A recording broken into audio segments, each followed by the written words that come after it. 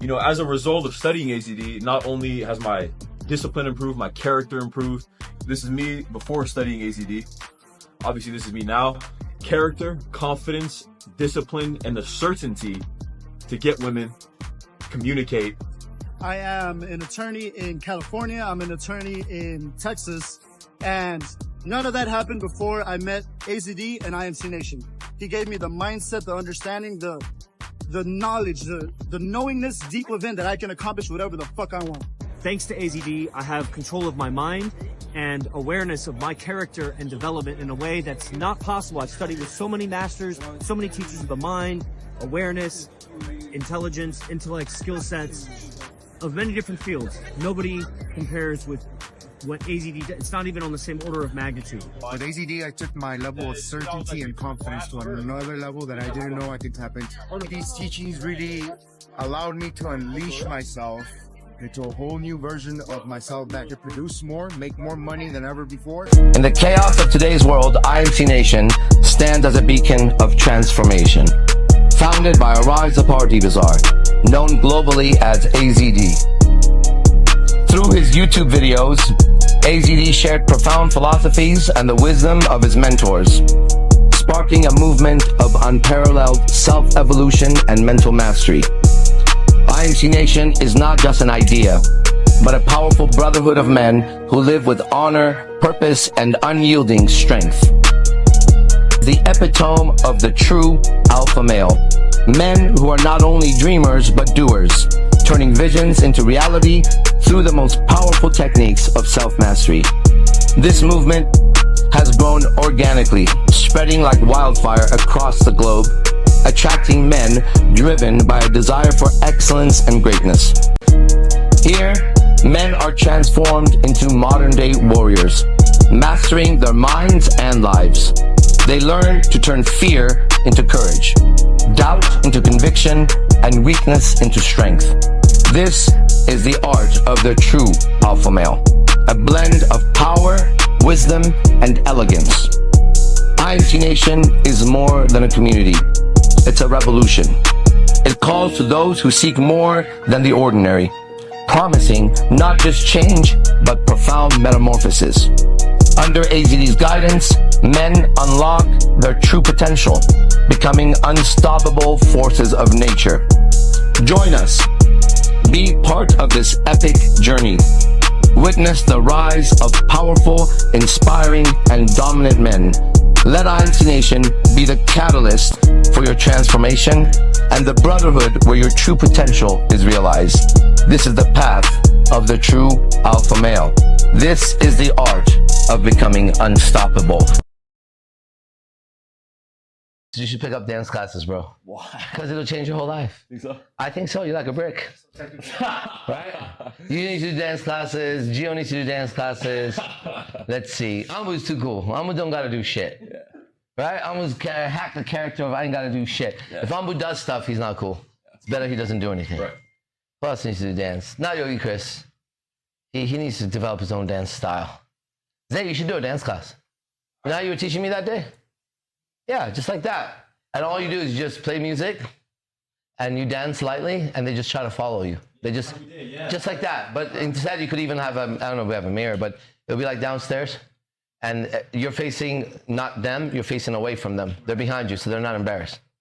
Right? And they just kind of, you just move behind him because he knows how to dance. Once you understand rhythm, you know how to dance. Everybody welcome. This is called Let's Talk About It. It's a podcast. Normally there's a lot more people, but we don't give a fuck. We're live also on 1, 2, 3, 4 different accounts here, which is nice. So I got my co-host, Brett. Brett is a very, very successful businessman. Why? Because he has taken companies from 0 to not 6 figures. 6 figures is 100,000 or more, right? So you have a company that's 100,000 or more. Not 7 figures. 7 figures would be, what is that, $1 million? Is that $1 million? 7 figures? Yep. 8 figures is double-digit million? Is that what we're talking about? See, my numbers don't go that high, Brett. I don't know. No, they go way higher.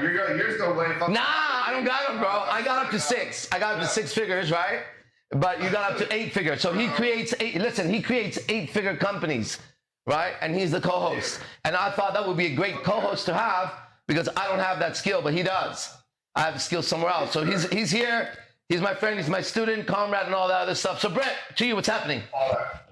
Dude, a lot of shit is happening, dude. I'm grateful to be here, brother. Me too. It is true what you just said. I do it on myself first. I'm in the solar industry. I have a book so that people want to fucking verify that I actually do this shit. Yeah. They can see my book on Amazon, Grid Liberation. Grid Liberation? People. Grid Liberation. Wow, that's cool. I didn't know you had a book. That's new to me. Yeah, I'm a published author, dude. I tell my story in there. And I'm all about people making their own power, becoming more powerful through tech.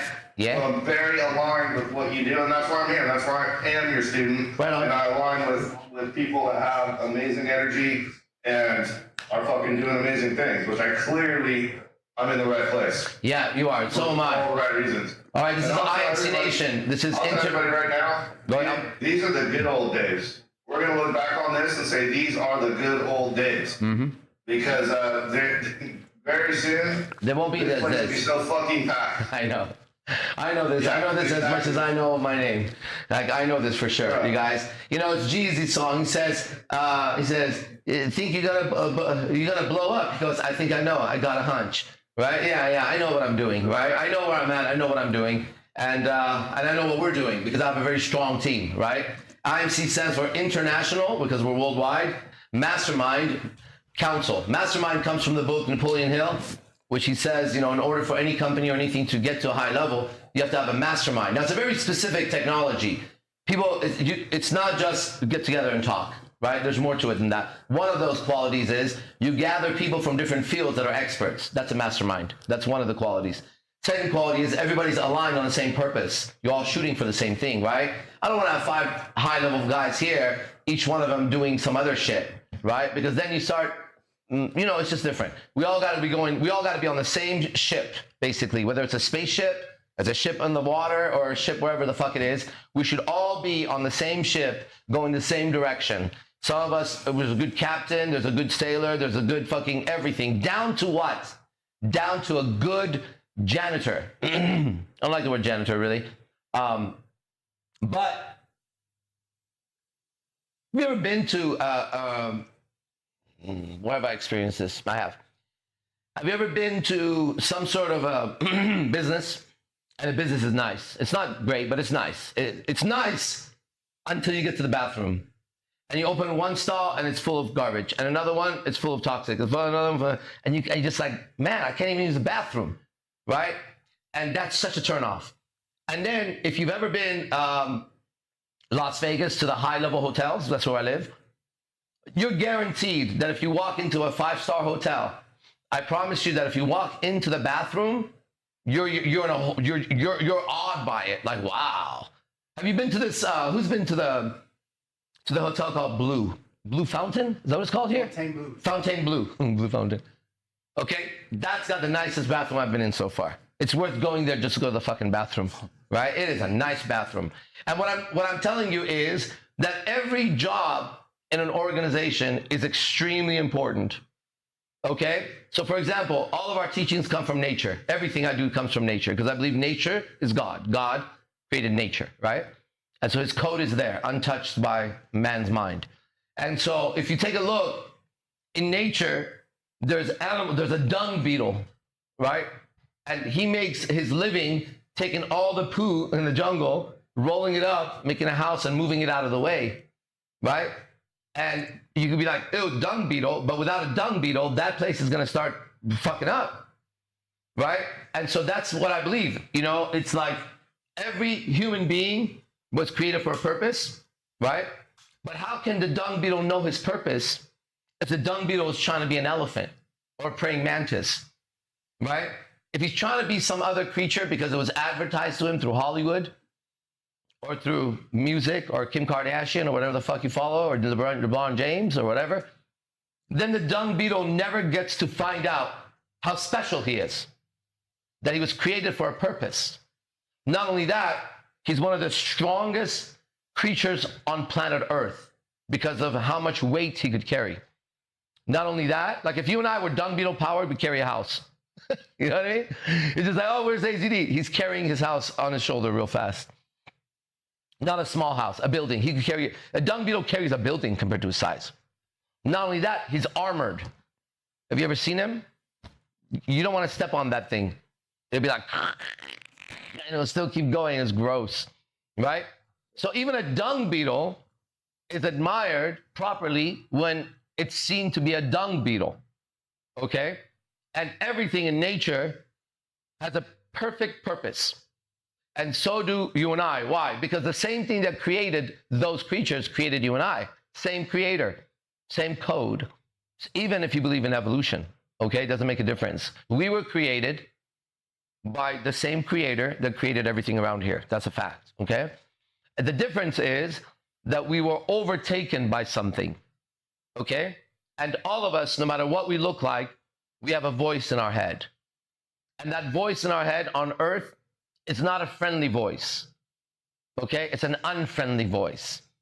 It gives you anxiety, it gives you doubt, it gives you fear, it gives you jealousy, greed. It makes you go the wrong way. It doesn't let you sleep. It makes you nervous when you speak. It makes you not be able to speak your feelings.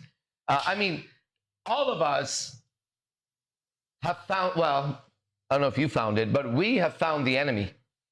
And the enemy is inside. And since we can't see the enemy, but we know there's an enemy, we look outside and we make an enemy out of somebody else. Now, what's interesting is the same voice that's in my head is the same voice that's in his head or his head or his head or his head. The danger is if the voice in my head takes control of the mouth that I'm using and I begin to speak from the voice in my head. Now, if I do that and then suddenly the voice in his head answers, we have war, without a doubt.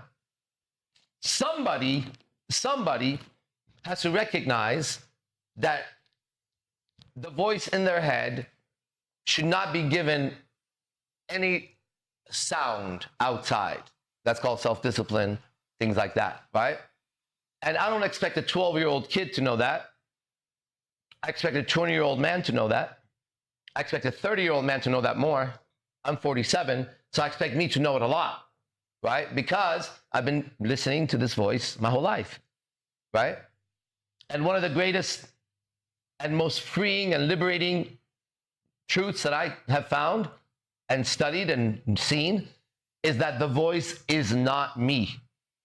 And there's a very easy test for this, okay? And you can try it right now.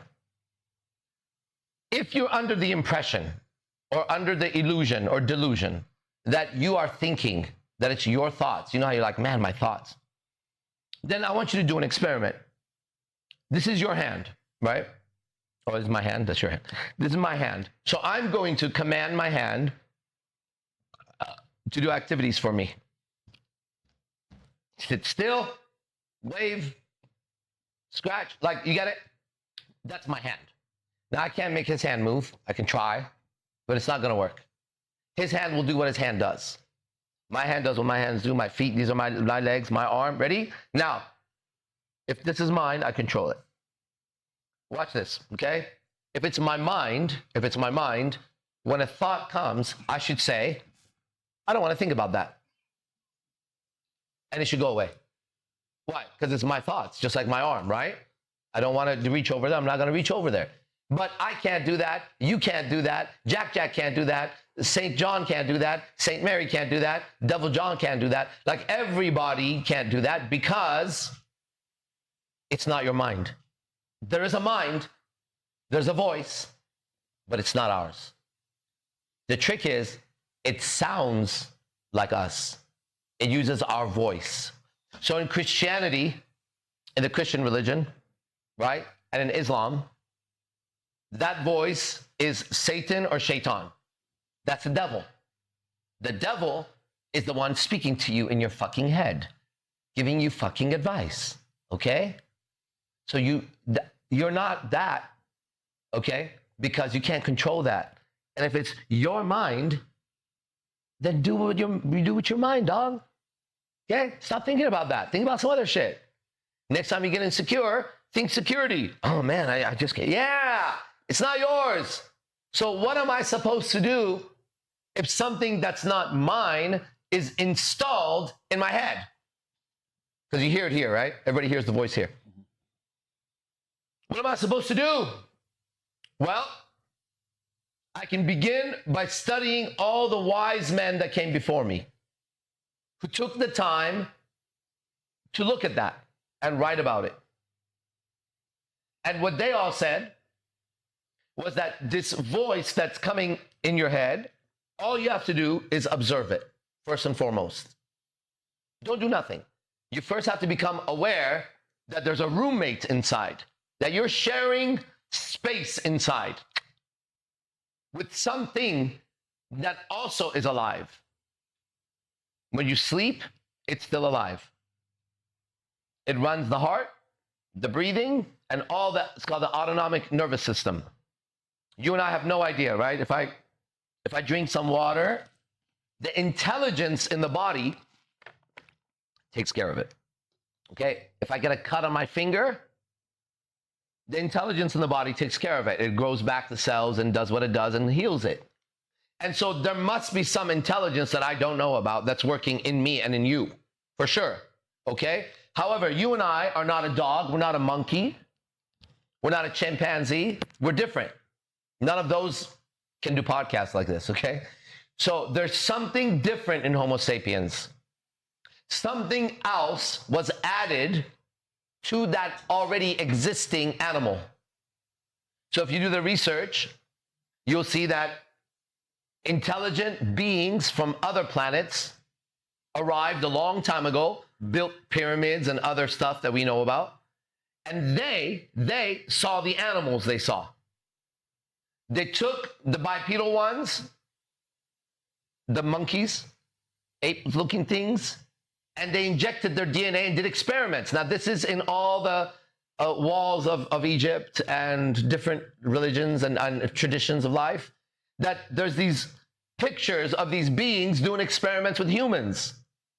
And you and I are supposed to just not care about that. Like, let's be real, right? Let's be real. You and I arrive on a planet and we see these pyramids. They don't tell us it's ancient. We don't know. We fucking don't know. But we see how magnificent that shit is. And then we go in and we see the chambers and shit. And we're like, oh, God damn. We look around the space and we see it would be impossible to carry one of these big stones. How? With what? Put it on top of each other, then go inside the stones and excavate. But then you and I arrive on a new planet, Earth, and we see the pyramid. We walk in, we're intelligent. Down. We go, somebody's been here. I didn't do it. They don't show that we did it, right? Then something very interesting happens.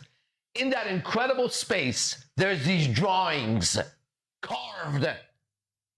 And in the carvings, it shows these beings coming down and doing this shit, right? And I'm just going to forget about that, okay? And then I'm going to say that I came from two particles that collided and created me, and I'm a chimpanzee. Then what is that? If that's true, what is that? Was it some kids scribbling with a fucking crayon in the walls of a pharaoh that was mummified with gold? Right? Give me a break. Those people who had that technology carved in the walls a history. In that history, it says what I just told you. Ready? Beings from another planet that were bigger than us and more intelligent than us came from another planet, came over here, mixed their DNA, kept mixing it, finally found one that worked, just like we do with science, right? And the one that worked, ready? This is the best part. They made these bodies, the one I'm sitting in, the one you're sitting in, to work for them, to mine for gold and build things for them. They gave them enough intelligence to do that, but not enough to do that. Then at some point, because if they have the ability to go from this planet to that planet and do that, they probably don't want to stay on Earth only. They're on their way doing shit, okay? At some point, they have to take off. But now they have a mining operation for gold or whatever else they want. Different beings, the different things, right? I know the gold one real well. They have to put somebody in charge. So they put some of their own people in charge. Now, if you have the ability to travel the galaxies and you end up on Earth, you might realize it's a tiny little dot, right? It's special in this little area, but it's not special in all those areas, right? There's tons of these things. So as they take off, they say, hey, Jack, you stay. Supervise. Jack happens to be just like you and I, more advanced. If he's a guy, he wants to have sex. Did you know that? Yeah. And he's got it made because these monkeys are weaker. So in the Bible, the sons of God came onto the daughters of men. That's that version of it. In the other one, these beings that stood here, they made a life here and they took on some beautiful women. You and I would do the same thing. If you and I ended up on another planet and then we mixed their DNA and they started to look like us, but you had total ability over the women and you were like a king, you'd be like, I'm going to fornicate with all of them. Okay? Now, if you did that, you would want your bloodline to be yours. It's your son. And it would be smarter than the next one. So at some point, they took their sons and they said, you're a pharaoh, you're an emperor, you're a king. You're royal blood. And you have a direct contact with us. So the pharaohs were represented the gods. The Japanese emperors represented the gods. And everybody knows, all the kings, everybody knows that when you're in front of royalty, you're supposed to look down and be respectful and not spoke on all that other shit. That sounds like a god. Total rule, total sovereignty, right? More than that, if your bloodline was that, you would want to make sure you don't keep mixing it with the monkeys. So then what they did is they interbred with their own family. And that's why the British royal family interbreeds with itself. That's why the American royal family, whatever that is, right? The Jewish royal family, whatever that is. The black royal family, whatever that is. And they're all over the place, right? These are the children of the Anunnaki, the ones that came from the sky. Okay? And it's everywhere. The history is so much, it's everywhere. You just got to do some research. So you and I have been given bodies that are slave bodies, workers. Our education system is still that way. Everything is that way, right? But the masters of Earth, the masters of universe, He-Man, you know He-Man, right? The He-Man and the masters of the universe, he goes like this: by the power of gray skull, is the gray matter in your skull? I have the power, and then he lights up. And he has all the universal power, right? And Skeletor, his enemy, which is a skeleton, think about that, the body. He wants the power of gray skull, but he's unrighteous, he can't get it. When he goes to get it, he always uses it wrong and it fucking falls back on his face.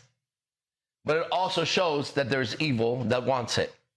And the battle of good and evil has been going on forever, right? And so this battle of good and evil shows up in everything you do as black and white, yin yang, male and female. Now in our science and art, we're artists and we're scientists here. That's what I do. In our art and our science and in our philosophy. By the way, you can't say any of those without including all the other ones in it. Okay? And you have to say spirituality and religion with all that. Science is spirituality. It's search for God, search for truth.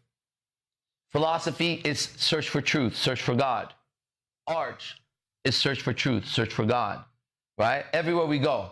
And they pretend like these are separate.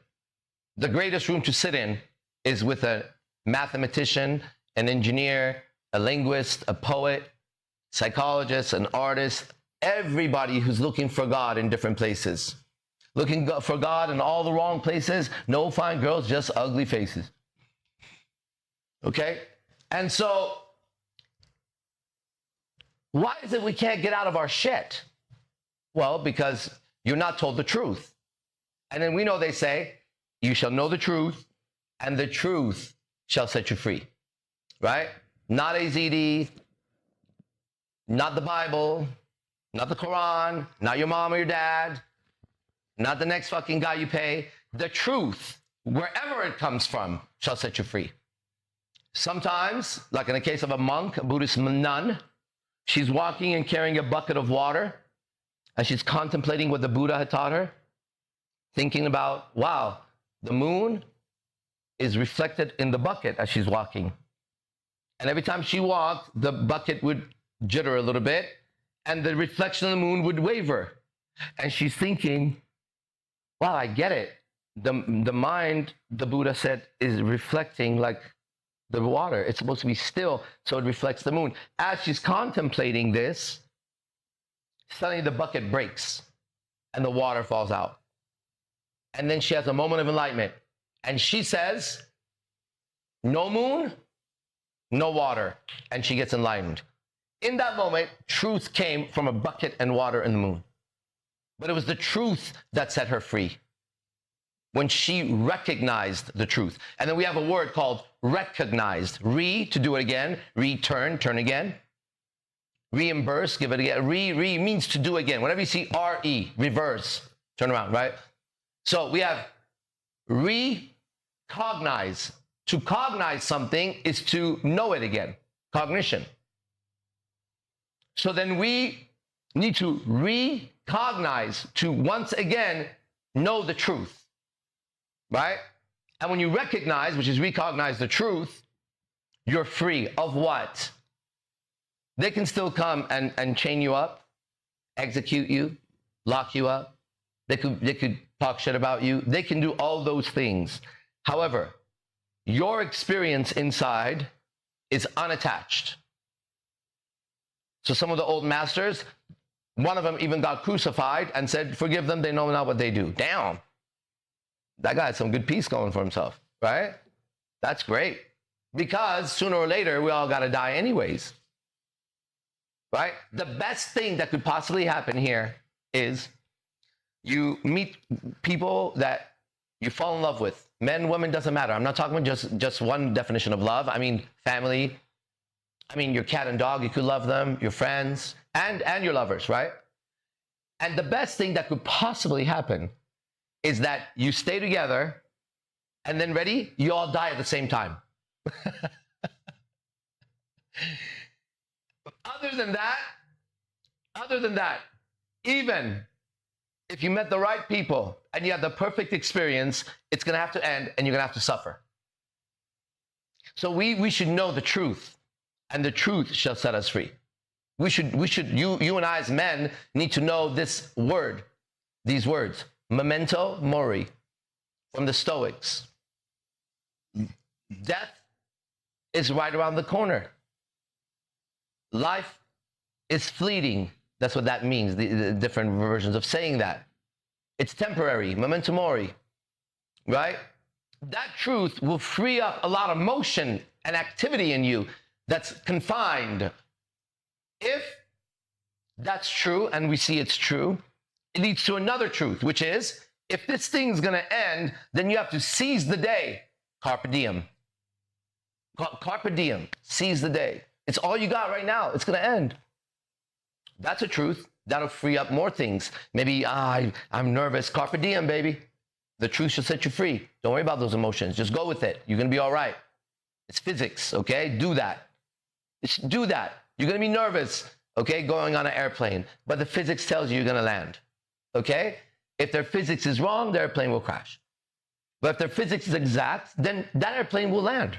It's been proven. Too many airplanes I see for myself. Right? So, there's a physics to our inner world.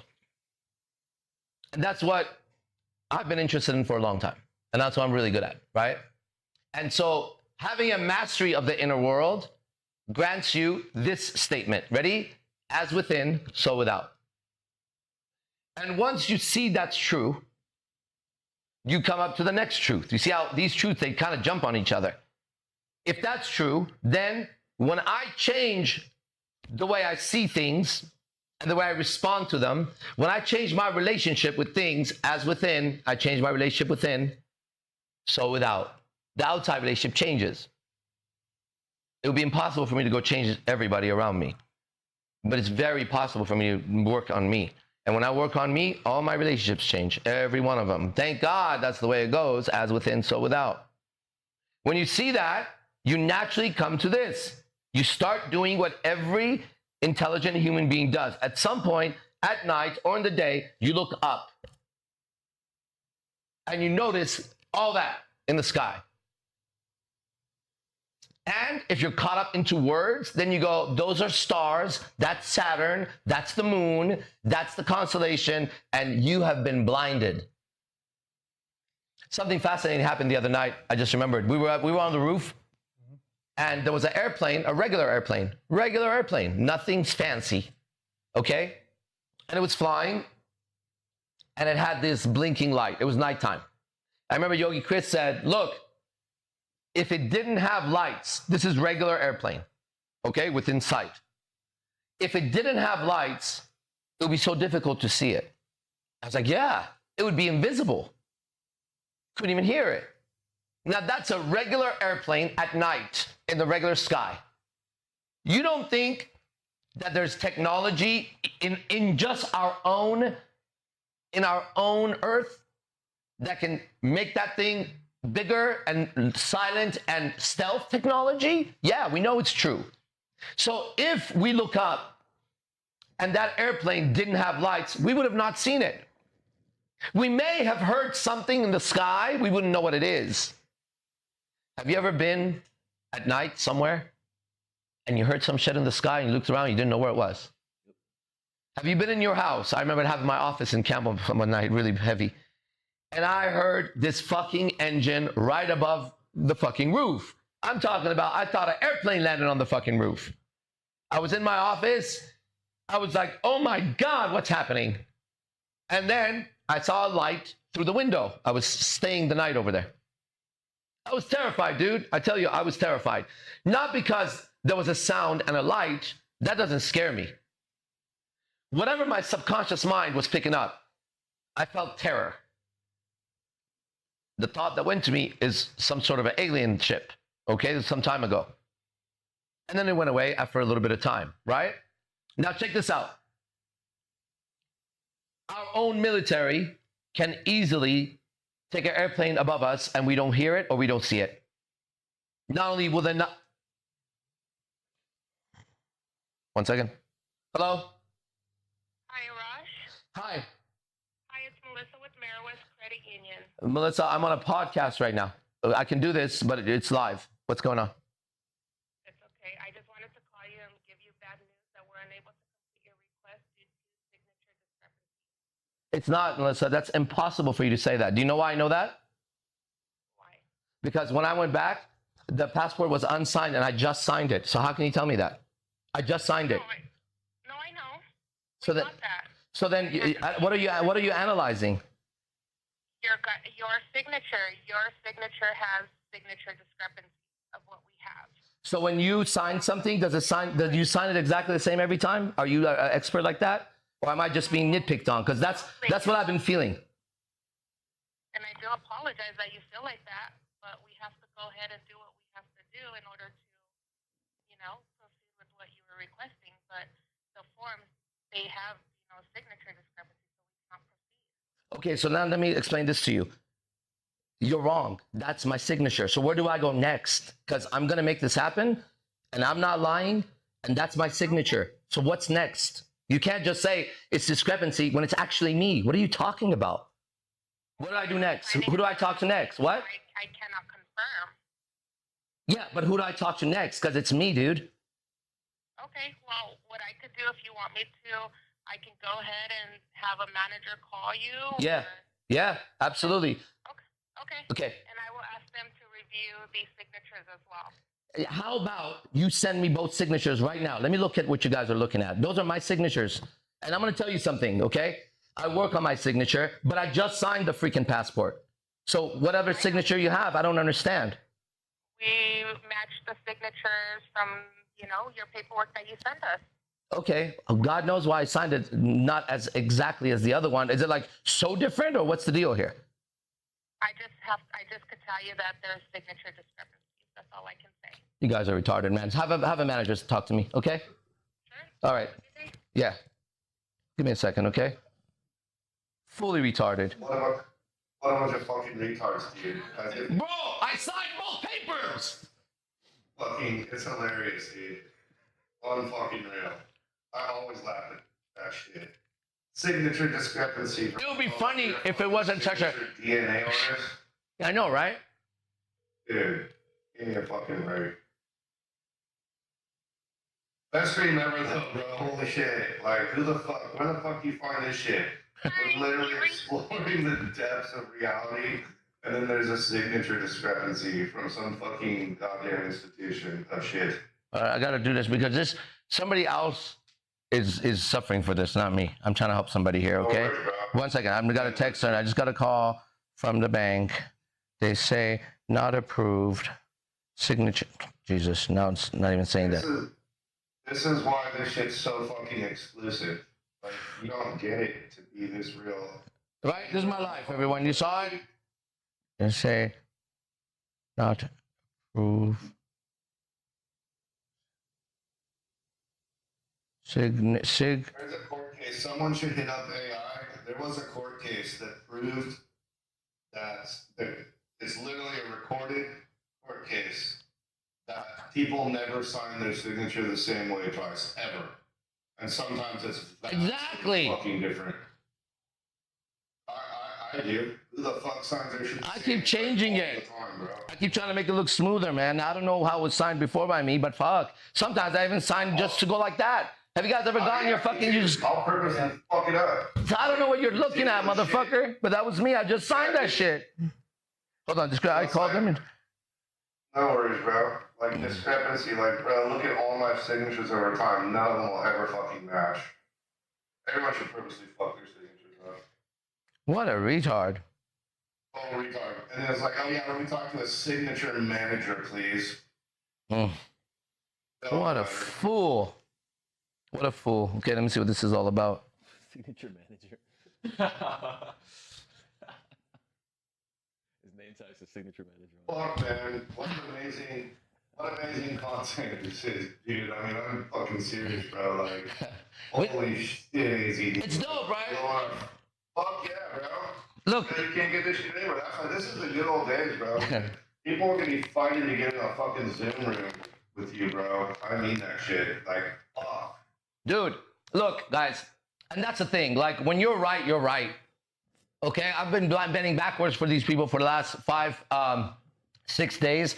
All I'm trying to do is get one of my girlfriends who's trying to get into at least a place, because she doesn't have a place, right? Where she was at, they acted really wrong. She got out, right? So she's been living hotel to hotel, car, hotel. The girl shouldn't be living like that, right? And all I'm trying to do, literally, is to get her on my account as a cosigner, whatever the fuck, like so she could get the fucking place. It's been 5 days. I've sent passport. I've been back for this woman. I went to court. What's that Eminem song? Anyways, man. Okay, so that paused it. We were on some kind of a roll. I think everybody was tracking with me. Okay, this is let's talk about it. This is not let me talk about it. So let's open it up. Okay, is there anybody who wants to talk about anything? Because that's important. It relieves pressure. You understand? And I know how to talk. Okay? I'm also a certified hypnotherapist. For real. I'm also a minister, believe it or not. I have my little minister card. I've been a minister 3 times, actually. Certified minister 3 times. Okay? Now, those are just titles. Right? Those are titles. But I've achieved that status, right? I just don't want to call myself that because all those titles are gay. Right? The title of a lawyer is gay. Right? The title of a doctor is gay. Gay as a term, not like homosexual gay, but you know what I mean. Gay. Right? If I say faggot, I don't mean someone who's having sex with another man. I'm saying that like fuck you. You know what I mean? Because it's a strong word.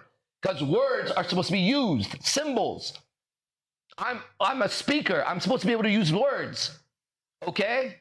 You know, one time I got a chance to perform at an all-black theater. Yeah, you didn't know that? I was the only non-black person with my team.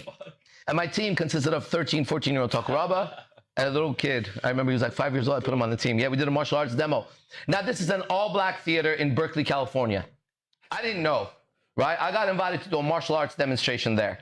Oh, you didn't know it was all black? Nah, I had no idea. Now, if you've ever been in the black culture like that, it was cool. Because as people would go on stage, people would boo them off. They would yell out there. They hollered at them, and it was intense. And they were doing all kinds of acts. It was kind of like Apollo. If you ever saw that show at the Apollo, right? It was a theater, and for 3-4 hours they had a variety show, and I was going to do a martial arts demonstration with my team, right? So I do the martial arts demonstration. I'm backstage, and they're doing poetry. They're doing stuff, and I have this little rhyme poetry that I have, and I'm itching to go do it, right? So I go to the guy. It's funny, his name was Jose, but he was a tall black guy, which was kind of interesting. And I go, Jose, would it be possible for me to go out there and do spoken poetry? Now, I don't know what possessed me to do that, right? And he looked at me, we were backstage. He goes, you want to go out there? I said, yeah, if you let me. He goes, are you sure? I said, yeah, if you let me, bro. He goes, all right, let me see. Then he comes back. He goes, okay, you can go on right now if you want to go. I said, I'm ready to go. He goes out there. He goes, you already saw him do martial arts. And then he goes like this. He says, he came to me and said he wants to do this. And then he says, be nice to him. I'm like, backstage, like, fuck you. The fuck? I ain't no panda bear, bro. What are you talking about, right? Not a gummy bear. So I go out, right? I look out. And I'm like, wow, this is cool. And I start doing my poetry. 3-4 lines in it, right? The crowd, oh, ah, ooh. Just they're involved. And I'm feeling it. Getting better and better and better and better, right? We finished, and I was in an argument with my girlfriend at the time, right? And she wasn't like really talking to me, but she showed up to the show, right? Just to make sure that she could press on my chest with her heel. And I remember we're walking out, and these two girls, one was so beautiful. She comes up, and she grabs my hand, like both hands, and she drops to her knees, and she touches my hand. And she says, she goes, I worship you. She was beautiful, bro. And I looked at her, and she gets up, she goes, who are you? I worship you. I worship you. I go, this is my girlfriend, Sia. That was her name. This is my girlfriend, Sia. And my girlfriend looks at her like just like daggers in her eyes, right? And me, I go, she's fighting with me right now, and she's not talking to me. The girl looked at her. Suddenly, it looked like she was about to call the whole black tribe on this woman, right? And she just looked at her, just dirty look, and she looked back at me. She goes, well, I worship you, right? Anyways, that's all of that. So thank you, black family. Nice. All right? You know, you got to live your life, okay, guys?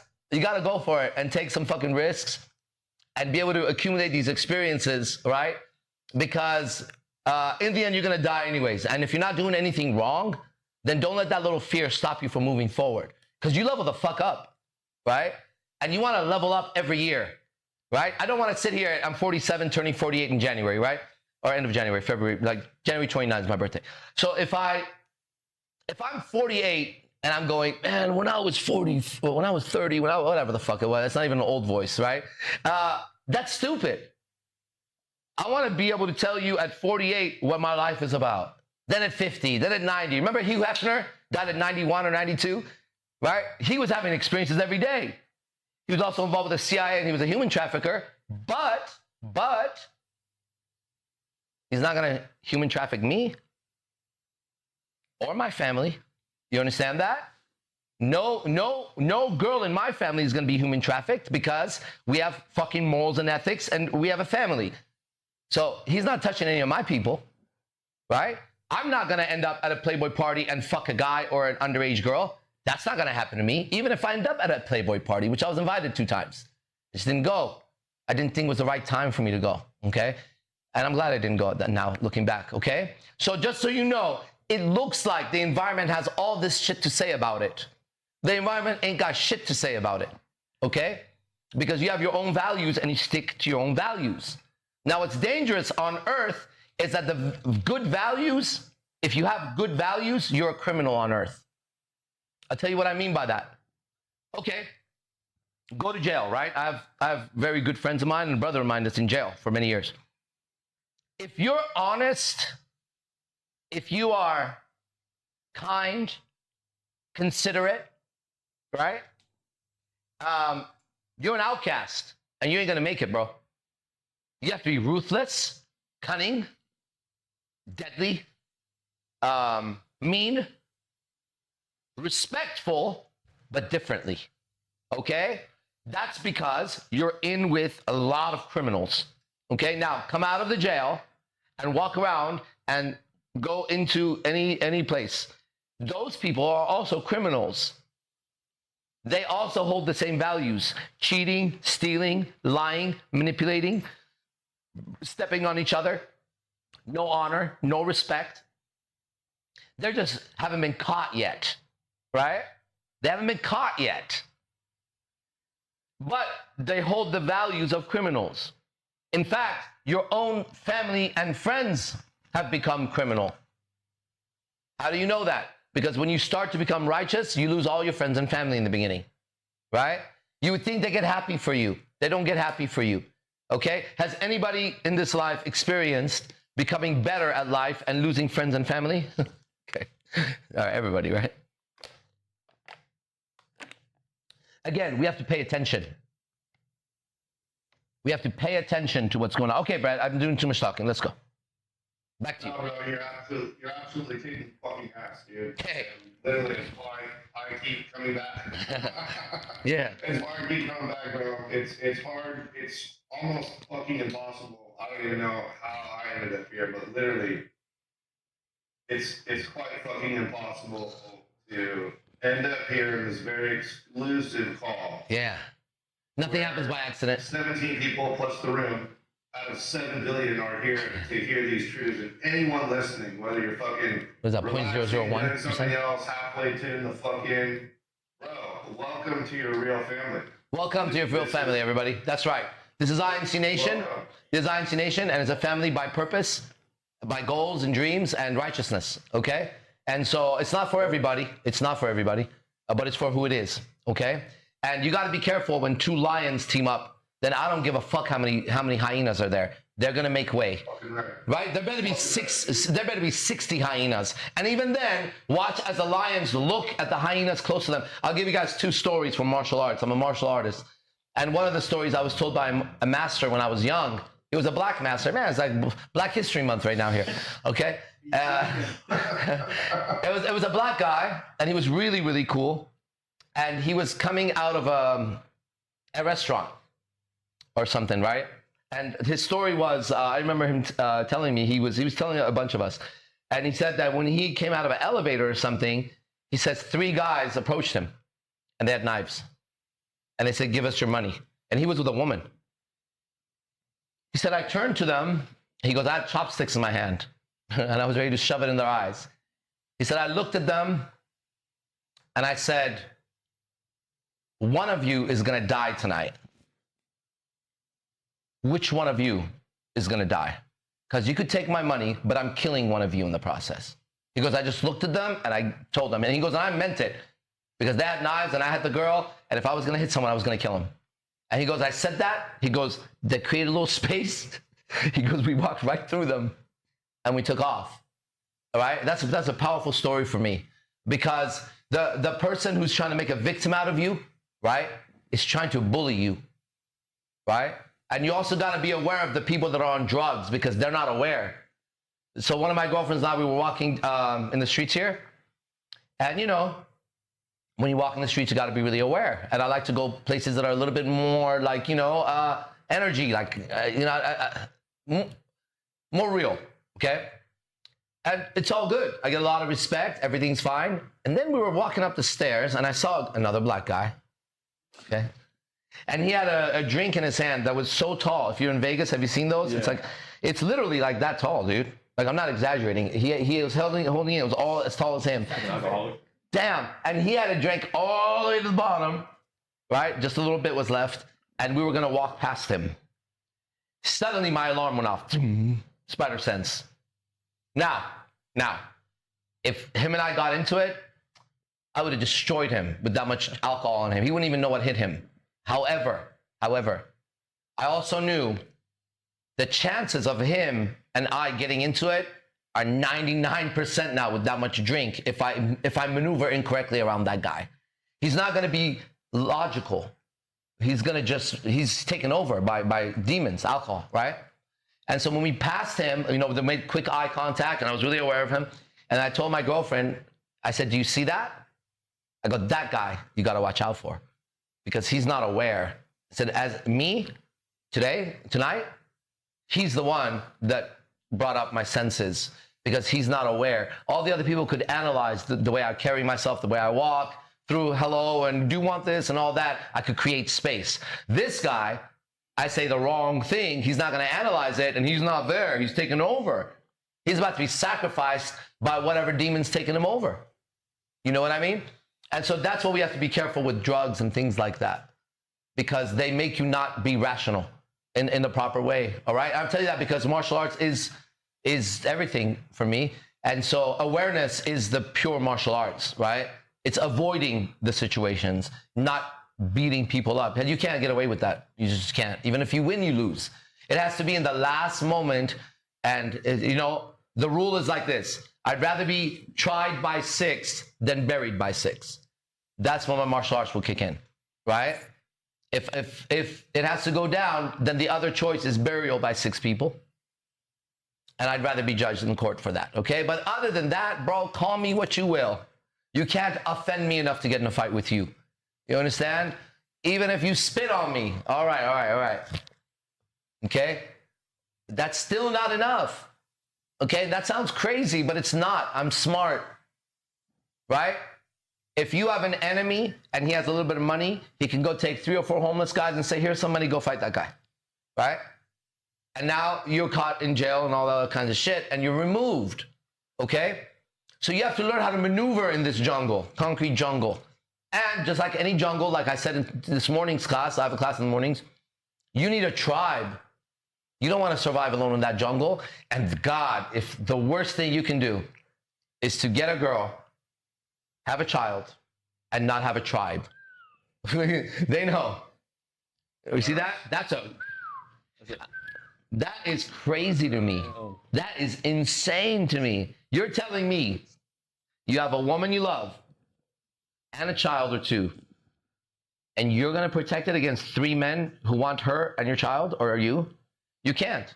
You cannot. You cannot. Okay? Good luck. Good luck. Okay? However, you first, a man has to get a tribe. Because if I was a woman, I would never want to be with a man who doesn't have friends. What does it say about him? I'll tell you what it says about him. It says he's going to text you 1,000 times a day. Right? It means he doesn't. He's latching on to you as the only person he's manipulated enough for you to like him. Watch out for the guy who doesn't have one guy friend. Right? Watch out for the guy who says, my circle is so small, I don't trust anybody. Well, then don't talk to me either. I'm not looking to make friends with someone who doesn't trust people. So they push wrong information in the disguise of beauty. I'll give you an example. Got it, Brett? I'll give you an example. If you watch all the Disney cartoons right now and Star Wars, they're brainwashing little girls to believe they could carry swords and flip in the air and fight. They're brainwashing little girls that they could become FBI agents and break into a room and so what's going on, blah, blah, blah, and turn off their... Bro, have you ever seen a girl in a situation where there's guns and people are going to kill? Right? Have you ever seen a girl with a spear in her hand? Because I have. I've done martial arts. She's almost retarded. Okay? Now, if she's the world champion spear girl, and I've seen her, she's dope. But that's 1 in a trillion, maybe. 1 in a billion, 1 in a million. Okay? That's not her nature. Okay? That's not her nature. But they're pushing into the world so that all the little girls grow up and they no longer want to be the princess. They want to be the hero. And the guy is now pushed to be a princess in the movies. Go watch, right? Go watch Matrix number 4, the last one. Our hero, Neo, is rescued by Trinity, or whatever, some other witch, right? Star Wars, that's right. Star Wars became all the women. And that's evil. That's evil. It's called dark psychology. It's people that know exactly what they're doing. You understand that? Instead of creating Little Mermaid Part 4, where Little Mermaid, Ariel, the white girl with the red hair, is flowing through the water and comes to her black friend, fucking whatever her name is, Alexis or whatever from Mercedes, right? And she's also a black mermaid. Now she could have dreads and whatever she wants. They'll take Ariel and turn her black, so that we have racism. Why couldn't Little Mermaid just stay Little Mermaid and go make a black friend as a mermaid? Why do we have to fight for that one goddamn fucking little character? Right? Why do we have to turn the white one into black one? Why can't the white one have a black friend? That's cool. Right? I like Black Panther in Marvel. It's one of my favorite characters. One of the sickest characters, Black Panther, if you ever watched. Yeah, every guy growing up, the first time any young man comes across Black Panther, just the name fucks you up in a good way. Right? You're like, Captain America, Iron Man, Black Panther. And then the fucker is a prince. He's got all this tech. Right? That's cool. And he comes from Wakanda. He's got his culture. That's how you do it. You don't destroy one and create some kind of bullshit, right? To destroy, but anyways, that's dark psychology, right? And it's all over the place, okay? And it's the fact that my signature doesn't count when I signed it both fucking times, all right? What would happen if I sent him a DNA sample, right? That's my fucking DNA, asshole. Well, it's not matching. Then your instrument is wrong because I just signed that fucking thing and I'm not a liar.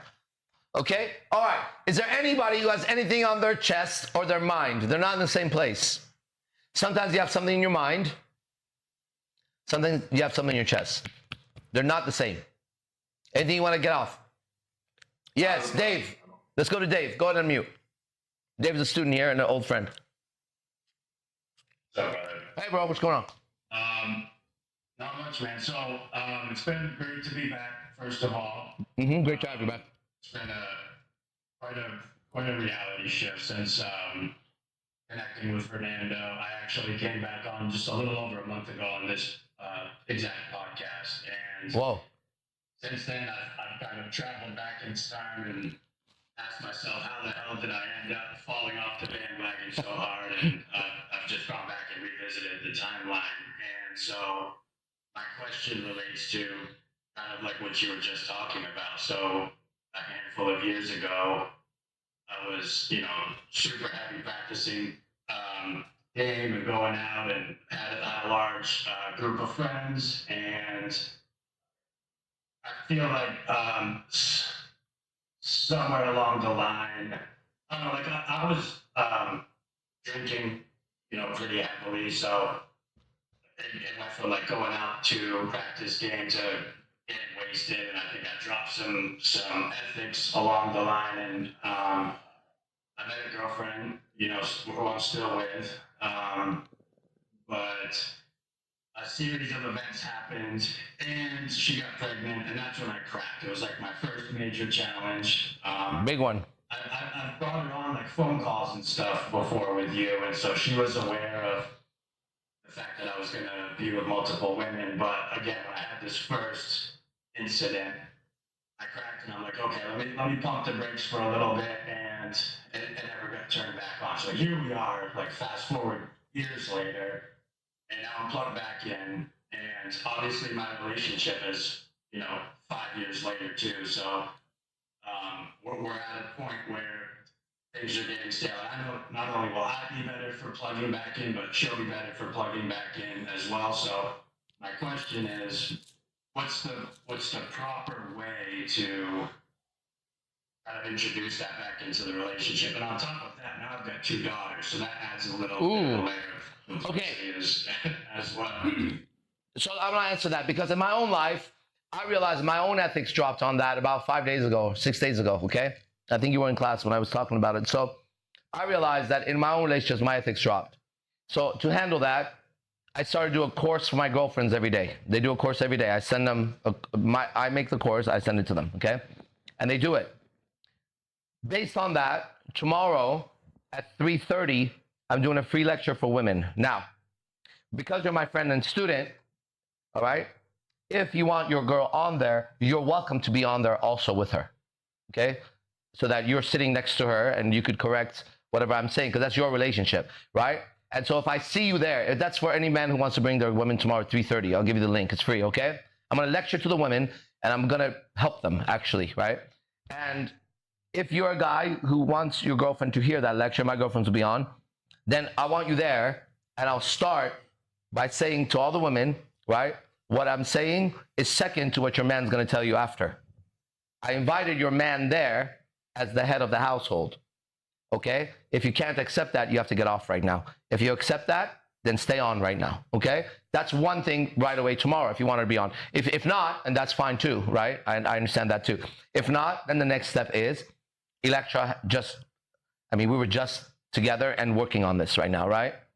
She's starting a brand new program and she's taking the stuff that I'm teaching them, those same program, and she's using that to teach also, right? So that will be the next thing, or both of those at the same time. So that's all we have going on right now until your women get trained in it and we go forward just like this, like these guys are ministering right now. Because guys, he has 2 daughters right now. It's really in his interest, right, that all of us do our jobs, okay? And he's part of us, right? So if something happens, I don't know where he's at in the United States, but wherever, if something happens and he needs a place, he can call us. He could bring himself, his daughters, and his wife here, and he would have sanctuary with us for as long as it takes for him to set up shop here. Because we know he's a man, we know he knows how to work, we know how to take care of himself, right? So that's the beauty of having a real group, right? He's earned his position through this, so he's solid, right? And until that happens, right, we got to work with what we have all the time. So right now for women, there's a women's class that my girlfriend of 18 and a half years, she's online right now. She's watching. You get it? She's dedicated to bettering herself for the last 18 years. So that's that. If not, I'm doing a lecture and I know the lecture is going to go well, and then I'm going to do it again. And if this podcast keeps going the way it's going, then I'll have a podcast for women, okay? Because the way you speak to women is different than the way you speak to men. And in this class, I'm speaking to both, more towards men, right? In the morning time, I speak to men. And then I have just a men's class, right? Just like Electra has a women's class only, and I don't show up to that class, right? Because women need a place to talk to women, right? They have to have a place they can talk about this shit and not be judged, right? So that's what I have right now, Dave. Cool? Yeah, bro. Thank you. Right on. I guess just a message for anybody that might be on here that's not like a student that's consistently showing up. Although this may not have been your intention for me, I give so much credit to you for the fact that I have the relationship that I have today, and the fact that I wouldn't have my daughters if I hadn't been a part of IMC Nation. Yeah, congratulations. I never would have, been out there pursuing them. So, I'm on my own journey. Yep. And I remember this video that you did with Electra years ago. You guys were sitting in the car, and she was talking about this moment in time where she was looking at you, like wondering if you were going to break. I don't remember the exact context, but she's like, wondering if you were going to go back on what you had said, and obviously you did. And so, I don't know. I'm going through, my own process right now. But when I look at the grand scheme of things, I've got 2 beautiful daughters that I love now, and I'm gonna, just get back on. Yeah, what you're doing. Yeah, and like to me, in my own personal philosophy, is that I thought I had glasses on for a second. I was fixing my glasses. Oh, that's why.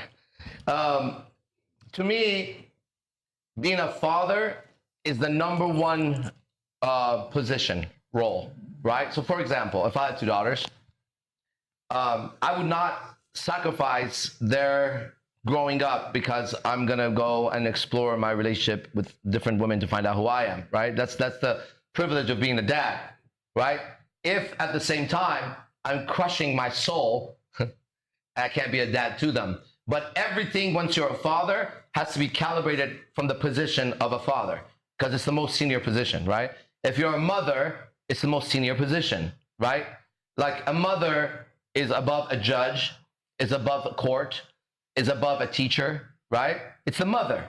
That's the mother. The father is above because that's their child, right? And the government doesn't raise a child. The school doesn't raise a child. The fucking community doesn't raise a child. The mother and the father raise the child under the father's direction. And the father gets his direction from wisdom, wherever he finds it. But he is dedicated to wisdom, so he can guide the family properly. Now, when they get older, because I have a niece that's younger, right? When they get older, the world, it's up to us now. It's up to us now, right? So I have a dad, you have we all came from a mom and a dad at some point, right? They didn't handle what they needed to handle for the world to not get worse, right? They saw things, they didn't speak on it. They God knows what happened to them, man, but I always wonder what happened to those people, okay? I love them so much, but like, that's our job, right? At some point, we have to know, like, we grow up and we stay children at the same time. So, like, I'm 47, turning 48. I was walking the other way, driving. I saw an old man. He was just like, just walking like that, right? Old guy. And I was with somebody, and I said, you see that guy? That guy feels just like me inside of him. Right now he's walking, and if he's upset, he feels the way I feel when I'm upset, right? If he has anxiety, he's that. His feeling inside doesn't matter. He's whatever, 80, 90. He feels like me on the inside, okay? Him and I are the same when it comes to the feelings we have, okay? And that's what everybody's got to understand, that the shell on the outside is just what the shell is, but the feelings inside are real to us. Right now we were at a car dealership, and we're talking to the girl, you know, and it's amazing. Once you get good at this, every single person you meet becomes a student, a friend, or fan, because everybody's searching for this shit. So we're in some deep conversation now in the car dealership. I got different people coming up to me, trying to talk to me now, because it's obvious the conversation is so different at this table than every other table, because she's asking me about life. She's telling me about her life. She's telling me about her boyfriend, her ex-boyfriend, and all that. We're in a real conversation. And one thing I told her was this: unless you feel it, it's just not real to you. So for example, if you had 5 cups of coffee, I don't feel any different. Then you go, didn't do anything to me. Okay, I had 5 cups, didn't do anything because I don't feel it. But if I have 1 sip of coffee and I go, whoa, right? Then that coffee did something. But really, I'm just measuring my feeling. Or if someone says, I love you, and you don't feel it. You don't feel it, no matter what they say, okay? So I don't buy it. On the other hand, right, I have 2 girlfriends that don't say I love you, okay? I think when they do, if they do, I'm gonna have to question them. You know what I mean? Like, it's that song, more than words is all you see, that your love for me is real. So we got caught up in words, but we got to know words are just there to convey an experience, and an experience is a feeling that we have, okay? It's one thing to watch football and comment on it. It's another thing to be one of my friends, a 49er, right? He plays, or used to play for the 49ers. Bro, can you imagine going onto the stadium and walking up and facing another dude who's going to run into you full speed? Right? Hey, man, that takes some balls, dude. That takes some balls, right? It takes a lot. And then to have a bad day and walk off and be all over the news. Damn, that's a lot of pressure. So it's always easy to be on the outside and point fingers. But on the inside, the feeling is real for everybody, okay? And if you want to get good at communication, you have to understand that your communication has to be something that people feel. Now, I know I'm speaking from the heart. So when you speak from the heart, people feel it, right? I could give this lecture from the mind. I wouldn't like it. It would be very different, okay? And so it would sound something like this. It would be like, well, no, okay? It would be like watching any other YouTube guy, okay? Now, if you're a man, watch Wes Watson. He speaks from the heart. If you're a man, watch David Goggins. He speaks from the heart. It doesn't matter if you necessarily agree or disagree. There's a person who's exposing their experiences consistently, no matter what the fuck you think about it, okay? At least we know where we stand with those people, okay? You gotta watch out for the one who doesn't talk that much, right? Around my enemies, I don't talk that much. When we go out a lot. We used to. I don't talk that much. I'm not lecturing, right? It's not for those people, okay? People have to earn that from you, okay? And so this is very important because so much of what I do is self-defense based. You'd have to. You're in a jungle, bro. Well, good thing we don't have shit in our house. That's what I was thinking. Right? They walk up with some blankets, some eggs, cheese, tuna, milk. That's old. Zothi's underwear. Right? We ain't got shit in our house. But also, I live with 5 guys. There's 4 or 5 of us all together in that house. 5 of us? No, there's 4. 4 to 5. 4 or 5, yeah. Give or take. And also 5 minutes down the street is another 4 or 5 of us. Right? And then 20 minutes down the street is another 4 or 5 of us. And so it doesn't mean that we're not going to get hit, but definitely when people do that, they're scoping out the neighborhood for a while. Yeah. They know. They definitely saw us last night. We walked out, taking pictures. I thought I was going to get shot. I thought about that. I really thought, I was like, damn, I'm not when I'm doing this, because like, I'm doing this. That's why I told you to get the video. Hell yeah. I need to fucking, grab the video. Dude, imagine I actually got, the thing, you wouldn't die, bro. I know I would. Because I have to run after the car and kill whoever. No, because I would have to. Yeah. We would have to do something. It's like that fucking, what is that FBI, that FBI trainer that. Yeah, that's right. I had a trainer for gun, and he was SWAT in Palo Alto. Okay, so at some point, the murder capital of the United States was East Palo Alto, okay, which is very close to where I used to live. Like 20 minutes from where I used to live, right? And I have some friends over there. And so I ended up one day befriending an older man. I'll tell you how I befriended him. I went to I used to buy gold. So when you go buy gold, they buzz you in these stores. You stand outside, and then they let you in, right? So I go in. I wasn't so heavily tattooed, but I was tattooed though. And I go in, there's this tall, older white man. Man, that dude was confident. I knew he was confident when he came up to me. It was just different. And then he looks at me, he says, I've seen the tattoo on your eyes one other time before. I said, you have? He goes, yeah, it was a prisoner. And he goes, why do you have fuck you on your eyes? And I was surprised that he was so bold asking me questions. So I tell him. And then I go back, sometime later. He's there again. And 2-3 times I go buy gold over there. And then I noticed he had a gun. I could see it, okay, on his shirt. And so I asked him if he had a gun. And he said, yeah. And then he said that he was the trainer for the SWAT team of Palo Alto, which is, that area. I said, no way. And I was interested in learning the gun. I was studying with a gun teacher. So I asked him if he would teach me. He said he would. But what he told me is that the philosophy was really important. He said, one thing I teach my people is if you get shot, you have to kill the guy now before you die. And he said, because when a person gets shot, they panic. And he says, in that first 5 minutes of panic is when they die. They give up.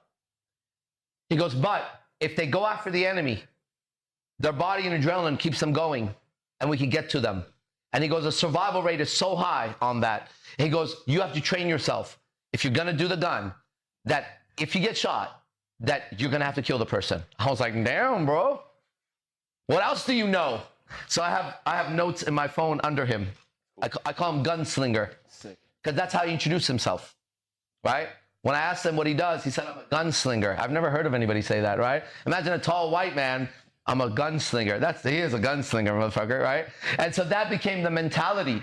In fact, in a relationship, if I go through, I'm going through a breakup today. If I go through a breakup, okay, I don't go kill the girl. That's not what I do.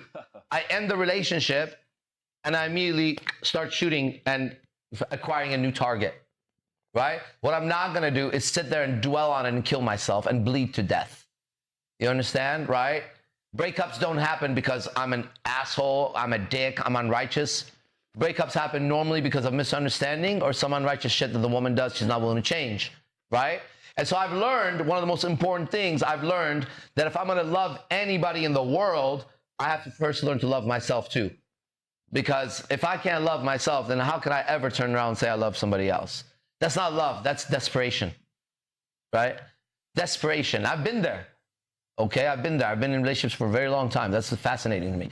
All right, so listen, we're a little bit over time, but I'm going somewhere. I have to be somewhere at 7. So if I leave at 6:40, I can get there. So we'll go 20 more minutes.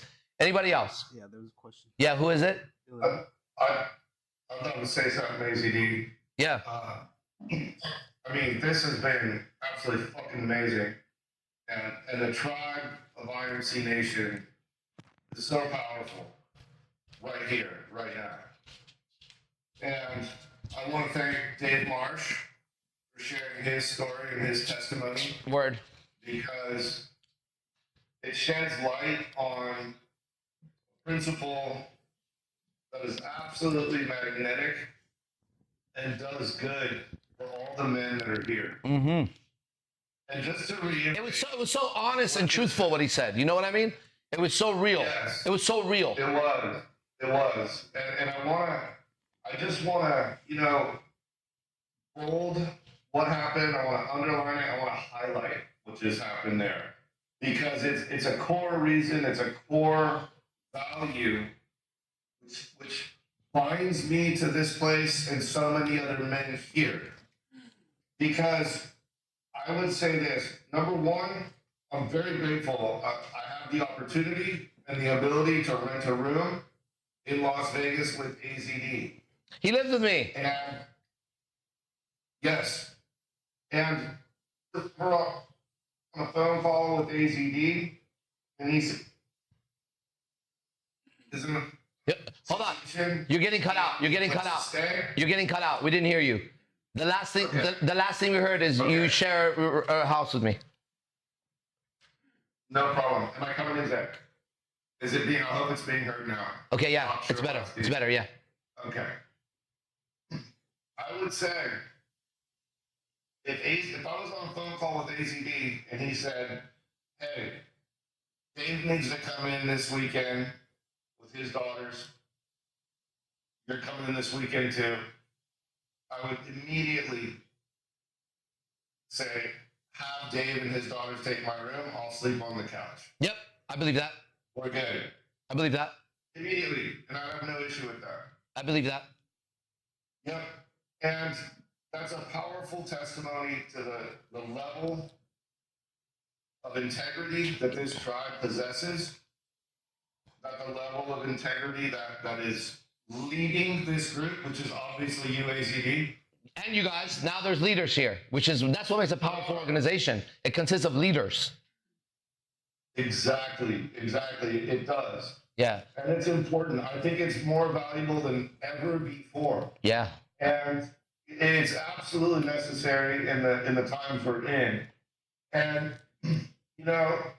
there's so much value here and there's so much to be a part of. There is a QR code at the bottom of the screen. And it's not mandatory, it's not necessary because the giving has been consistent here. You can come to this live stream again and again. It's exclusive. You need a code to access it. That's a fact. That's how you got here. You got a link. In fact, one of the highest ranking members of IMC Nation messaged in our private group, "I need the link." Yeah. Okay? It's that exclusive. Yeah. And it really is when we look at it. And especially if you come here again and again and again, and you're a regular person with IMC Nation, I mean, make sure you recognize how exclusive this group really I love that. is. I love that. I love that you bring attention to that, because that's one of the words that really moved my life. I want exclusivity, everybody. It's called prestige. We use the word prestige. It's a prestigious group. It's not, It is. I don't want slaves here. I want people that are sick of their chains. I want you to wear that crown again, everybody, right? I don't want followers of me. I want followers of truth, as I am a follower of truth. And when you come to my morning class, I tell you guys, whatever it is, I'm on during that, right? I carry the book with me that I'm always studying. It's always around something. Right now it's Maharishi, right? Maharishi Mahesh Yogi. And so that's my teacher. And I tell everybody, that's the path I'm on, so that you can check what I'm doing and saying. Because, look, I have a lot of information, man. I've been studying for a long time. And it's very easy to come around and impress people, right? But it would be very difficult to sleep for me if I did that. And that's why I didn't ever understand. In fact, one of the things I want to share with everybody. Where's my little book? My little Breathing Truth book? It was here today. You guys see it? Okay. I ordered that book, by the way. You did? Oh, I got one right here. I'm like, oh, I fucking need that. Well, you get a copy when you come. That's it, dude. That's a freaking precious one Fernando gave me. I'm just going to open it up real quick and just see what shows up. This is a book of some of my sayings, okay? It's one line. Excuses are well-rehearsed lies. Let's just go through some basic truths here. See what you think. I'm just reading randomly. What you do, the daily actions you take, what you do, the daily actions you take demonstrate your values. And nothing else demonstrates more clearly your personal values than your actions. Save your words for those who are blind. I like that. Next. All of nature follows dominant leaders who lead them and their species towards survival. They do not follow lovable leaders or leaders that are nice to them. They don't even have that word out there in nature. A leader is not nice. He just takes you out of your shit, takes you where you want to go. So make sure he's already there. You can't lead someone to a place you've never been to, okay? Next. Instead of always going somewhere and doing something, which is fine for a moment, just be here. Be here right now. Present. Totally comfortable in your own space. Paying attention. Just give it a try, in quotes, and see this for yourself. You can even do that right now. When they take up your time, oh man. Last night, a girlfriend of mine who I love dearly was 40 minutes late. 40 minutes late. I stopped her outside. Sultan saw it. So did Fernando. Oh, you guys were like, I was like, what the fuck's going on? What did you think was happening? What was the vibe? It definitely didn't. It was definitely negative. Like, it seemed like something like you were like reprimanding her or some shit, like telling her like, what the fuck is going on? Like, it looked like some sort of disagreement was happening. Because why else would you be standing outside of the house? Yeah. With the door open. And I didn't let her in. Yeah, you guys are standing on the driveway talking by your car. I didn't let her in. And I'm like walking up, and then I was like, wait, is that like one of his main girls or something? And I was like, oh, it's a girl, whatever. So I keep walking. You're like, bro, you know you come in, right? And I was like, yeah. Because I'm like not going inside because like you're kind of He's like trying to give space to us, right? Yeah. But I shouldn't be out there having a whole conversation expecting people to maneuver around me. That's their house, right? So come freely. But anyways, I stopped her. And I said, we can't have this relationship anymore. Okay? We can be friends, but we can't be a couple anymore. You're 40 minutes late. You're not 40 minutes late because your tire popped, or you're 40 minutes late because you thought it would be okay for me to wait 40 minutes for you. Okay? That's 40 precious moments of my fucking life. You must not value who I am or this relationship. We stayed out there for about maybe 15 to 20 minutes, right? Yeah. And then we worked our way back into the house. we kept handling it until I felt, which is what becomes real to me, I felt that she understood what it's like to be with me. I also felt that she didn't know how serious it was with me. Okay? My time is all I got, bro. Don't take it for no reason. And if I'm gonna sit here and talk to you, I know you, whoever it is that's listening, you're giving me the most precious thing you can give me right now, your time. Your time, okay? I'm also giving you my time. I'm also not getting paid for this, right? I'm sharing it. Now, it's my business. However, if you recognize that if you take the time to be in front of somebody, you're taking their life and they're taking your life. Be careful. Show some respect. That would change your life. And people don't respect their time, right? That's why they wake up at different times in the day. I wake up at 7 every day, no matter what, okay? That's why you can't count on them, right? Being late as a man is a very bad quality, okay? I expect women to be late. Men and women are different, all right? And I don't want her to be a man. She could be late with reason, right? I stopped reading because it says something about time. When they take up your time, even if it is for a little of your time, and do not enhance you in any way, realize they have taken your life. Your time spent with people who do not better you or add to your experience of life is time spent in self-destruction. Learn to say no to the leeches that eat away at your time little by little. Little by little becomes more and more, and then they complain when you don't throw away your life for them, as if you owe them something. Make every moment of your life and living worth your time. This is just my own philosophy of living. Before you can let it go completely or move on from it, you must acknowledge it completely. This is the science of the mind. See, if you want to be rid of something, you got to really face it. Like if you want to get rid of your insecurity, you got to face it. You got to be like, I am not secure. So instead of saying insecurity, because that word is so ugly, nobody wants to have that word attached to them. So there's another way to look at it. Ready? You seek more security on a subject. Try that.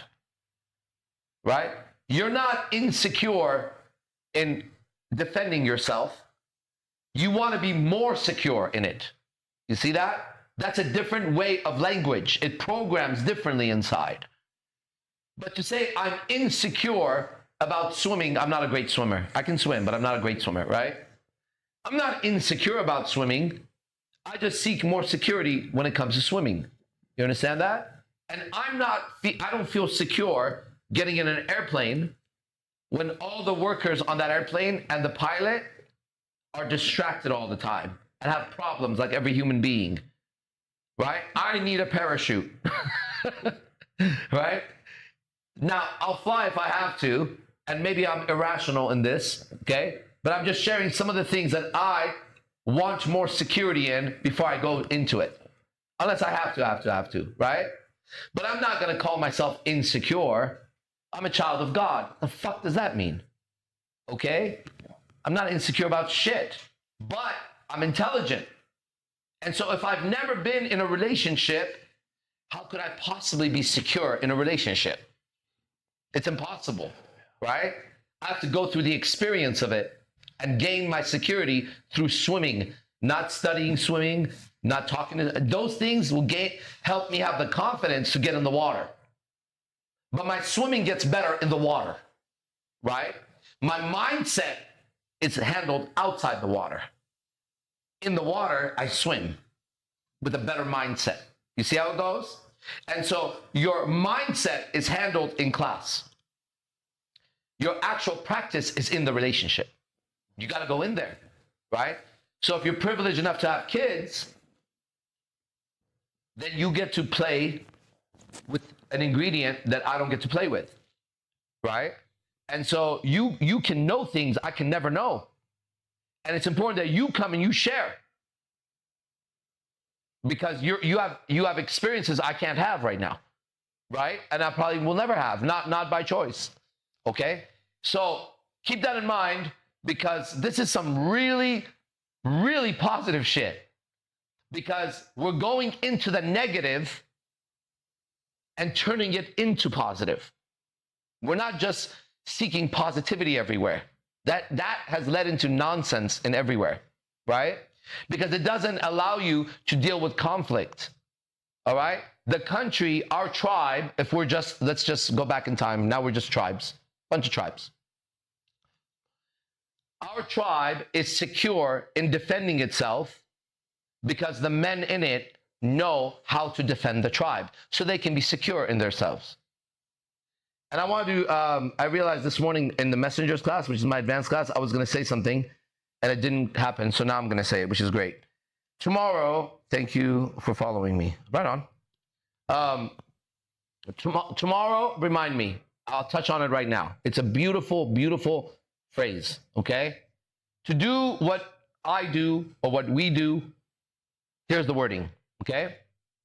You have to have the body, the hands, the feet, the movement of the devil and a demon. But you have the eyes and the heart of an angel. Or the Buddha or Christ is here through the eyes and through the heart. But the outside is a dragon. You understand? That's a man. And so Jordan Peterson says every man should be a monster, and that's his way of saying it. So just get the yin and yang of being a man, okay? Keep this Buddha, Christ. Always, never hatred, never vengeance like that. I find myself vengeful sometimes. I back off, okay? Because I know I have the wrong target, right? But the Shaolin monks, this comes from them. The Shaolin monks had to defend their temple against raiders that would come, just like those fuckers last night that raided those houses. Okay, it could happen to us. I sleep with weapons. So does Elon Musk. Right? Because it could happen. Right? So if it happens, I'm prepared. Okay? And I'm going to move like a demon. But the heart stays righteous, okay? And the eyes always see myself on the other side. So in the Tao Te Ching, which is one of the books that we study, he says, even a victory over the enemy is still a funeral, okay? Even when you kill the enemy, you're still at a funeral. Remember that. It's some wording like that. That's the message of it, right? And I remember as a martial artist back in time, you go through stages. I hated that passage.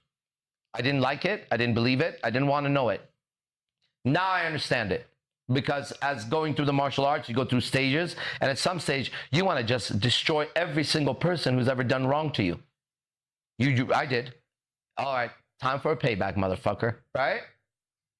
However, how can you possibly engage in an evil act and get a positive result inside? You could justify it any way you want. But just like the Shaolin monks or us sleeping in our house, you're not going to be evil to us. We're going to handle the situation, okay? And then if you're still alive, we're going to try to help you. One of the videos I saw that really helped me understand cops better, because in San Jose, cops used to mess with me more, okay? It was a video, it's called Body Cam, okay? You watch it on one of these fucking channels, right? Freebie, and it's cops with their body cams on, right? I couldn't believe it. These cops got in a gunfight with a guy. So the guy was going in his car, and you could see it. The guy turns the car around, leans out the window, and shoots at this cop. Boom, boom, you see it, the window. He stops the car, they both get out of the car. It's a shootout. He's breathing, calling for backup. Ready? The cop says on an interview, when the guy turned around to shoot him, his family went to his head, his wife and his child, right? You know, they show the scene, then they have the guy talk. They show the scene, they have the guy talk. In the shootout, the criminal gets shot and falls, but he's not dead. The cop who we were watching runs up to him and says to him, hang in there, brother.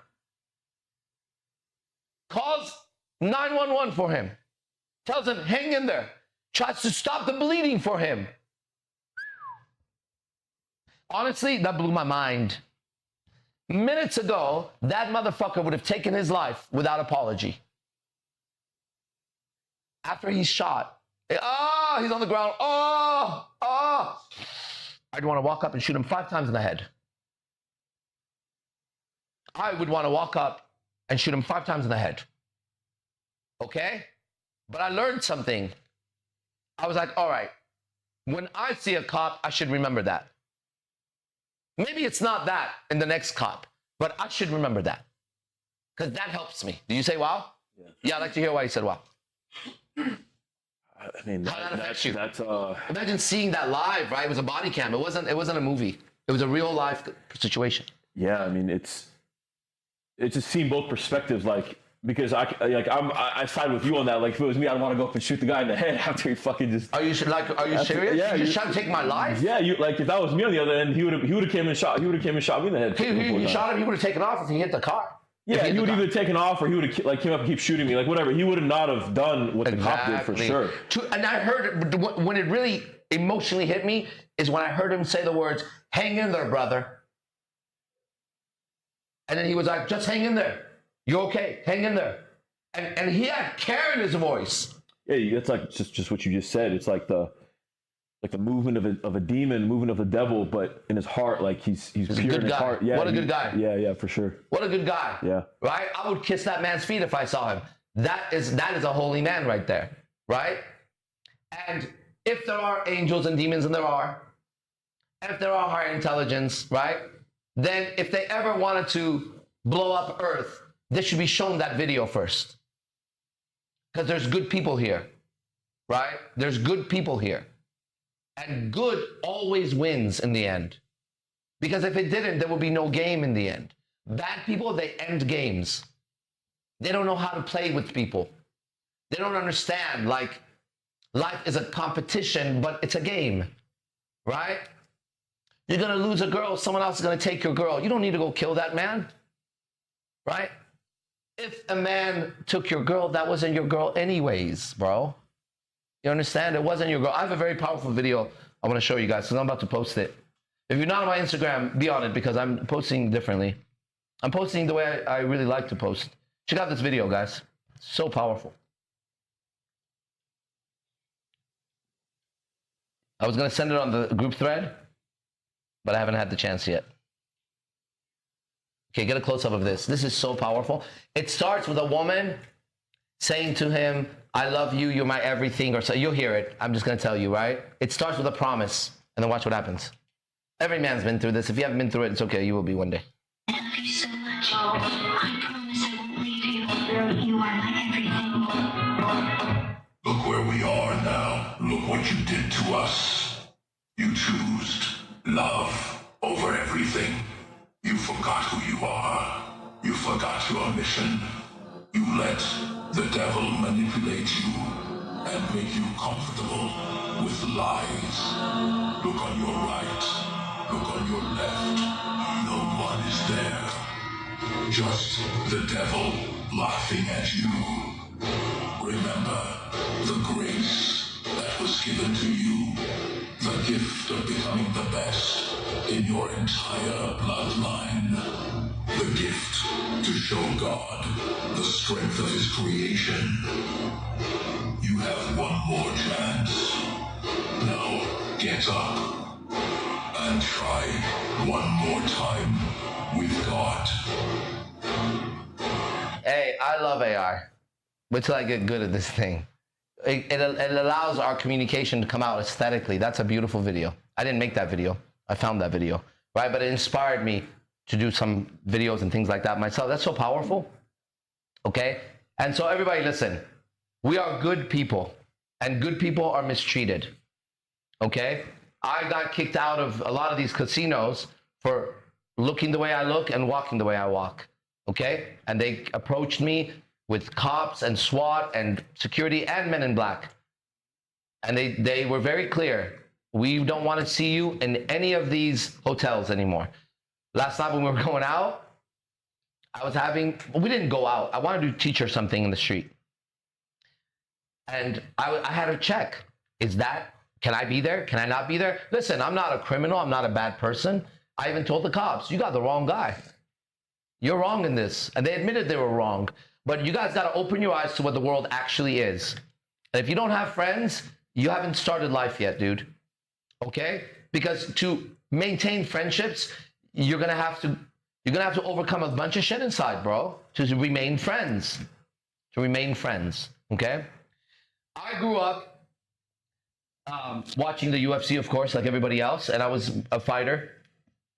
And one of the fighters that I really admired was Nick Diaz. Everybody know who Nick Diaz is? One of the baddest motherfuckers on the planet. Okay? Nick Diaz is my friend right now. Enough for me to even say this and not even have to flinch about it. Okay? We're good friends right now. He's my brother right now. Okay? And that friendship is so valuable to me, right? To be friends with one of my heroes in fighting. To be considered a friend is more valuable than anything else I could have right now, right? Growing up, if I could have been his student, I would have chosen to be the friend that I am today, right?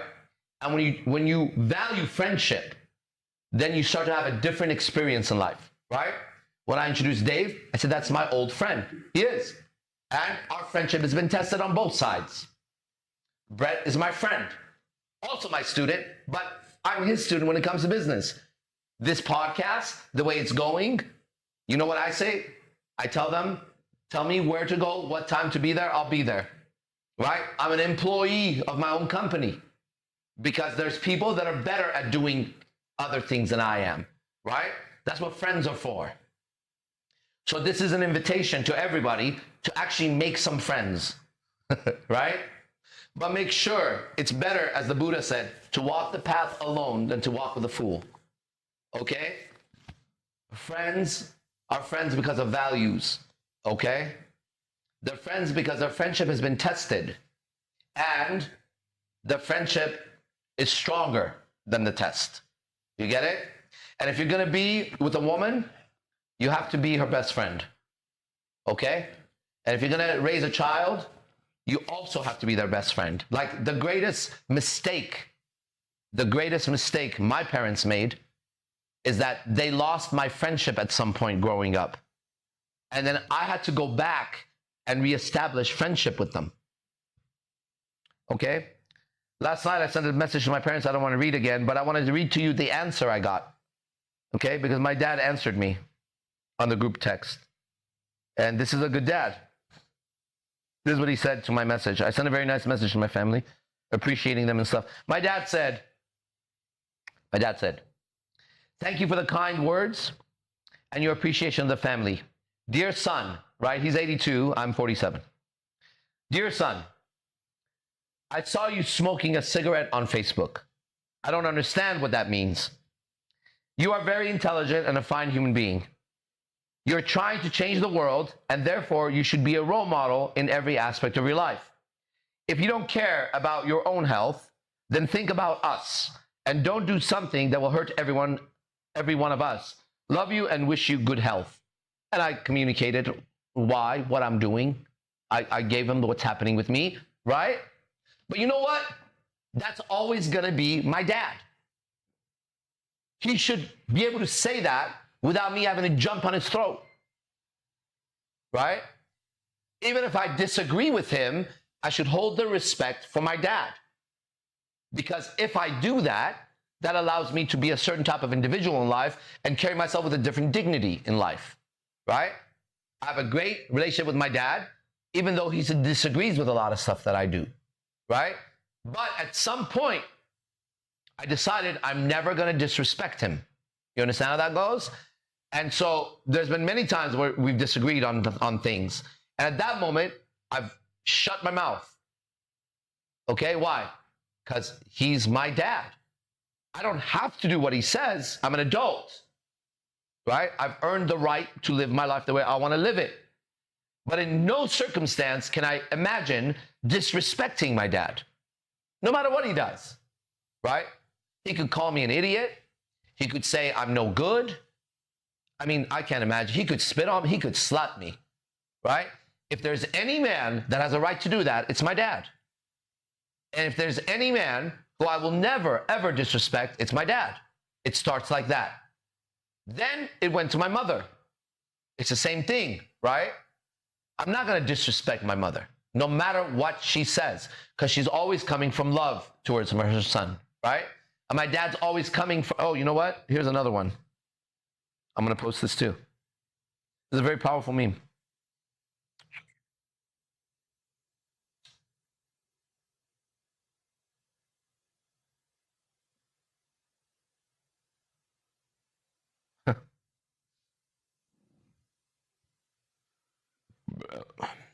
Excuse me. Good one, dude. Thank you. This is a powerful one. It says, quote, men are beasts. They have no feelings, end quote, right? It starts like that. Look at it. However, there's more to this meme. You have to swipe to the next meme. Look at it carefully. I'll read it to you. This one says, men watching a child play with his father. Men are beasts that have no feelings. Then watch a child play with his father. Watch how he looks at him. You get it? Beasts don't do that. Beasts don't do that, right? And so we first have to fix our relationship inside with our mom and dad, because that's the first man and woman that affected us. And if you want to go affect that woman better, then you better have a good relationship with your mother. She could not be talking to you. She could have left you in a foster care. It don't matter. As long as you hold a grudge, as long as you have some kind of anger, you'll never be able to relate properly to a woman. Okay? You just got to know that she did the best she could, right? And you weren't there, right? You don't know the same pressures you feel she felt as a woman, right? That's her. The dad, it's easier for us to understand, because if you've ever dated a woman for more than 3 years, then you know the psychotic behavior she's shown at some point, the irrationality, right? The insanity that she displays, right? That would be your mom and your dad at some point, okay? And he didn't have a mastermind group like this. He probably didn't have a tribe. If he did, it wasn't probably very positive, right? Maybe he was a gangster or something like that, right? But he couldn't take it, right? He couldn't take it anymore. He had no way of resolving the conflict anymore, right? But that had nothing to do with his son. Zero. It had everything to do with his wife. And it had nothing to do with her son. It had everything to do with her husband. And those two didn't work it out, right? That dad didn't do what this dad does. Dave Marsh says, I want my girl to be educated. I want my daughters to have a good life, and I got to make it work somehow. I need to educate them, right? He took off. Or whatever the fuck happened to him, right? So we got to seek understanding, because when we understand, we can't get hurt that much, right? The girl that left you, you weren't her. Something inside of her built so much pressure, and she couldn't get it out to you. She had to take off, right? She had to take off, dude. Now, for you, it was a devastation, because you didn't know what was happening, right? And then your mind, the devil in your mind, started speaking. And you started coming up with all these reasons, right? And none of those reasons are correct, by the way. None of those reasons are correct, okay? But whatever, dude. Memento mori, okay? Learn as a man to take some pain. It's all right. It makes you grow. It makes you stronger. Have some friends around. If the pressure became, oh my God, I'm going to be late for my class. Well, that sucks.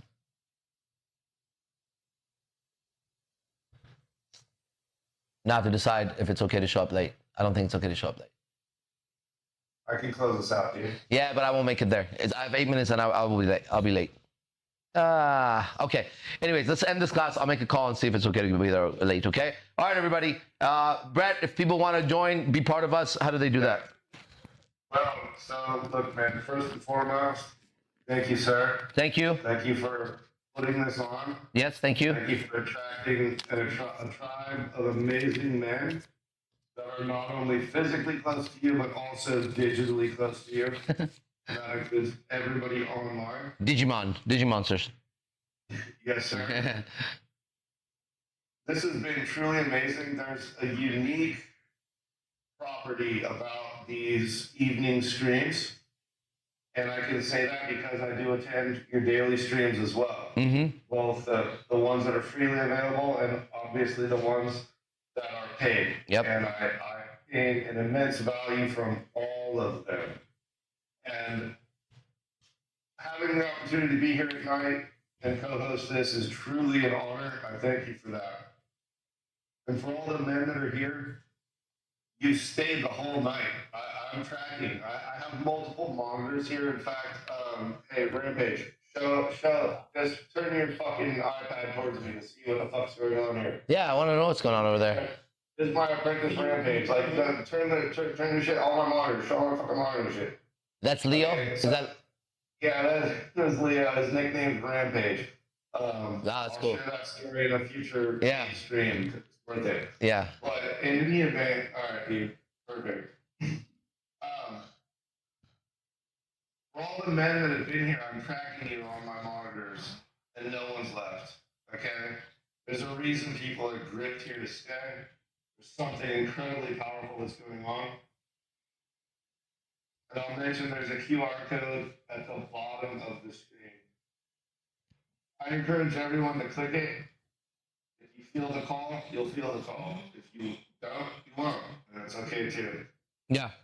You are where you are. Oh, No. Go ahead. Yeah, know who you are. And what's happening here, there's universal laws that are in effect. And I will tell you, AZD needs nothing, I need nothing, no one needs anything. Mm. And especially AZD needs absolutely nothing. The universe will protect him and support him in every single way. Always has, always will, guys. For sure. Yeah. No doubt about that. Yeah. So they just click the QRL and then they go there?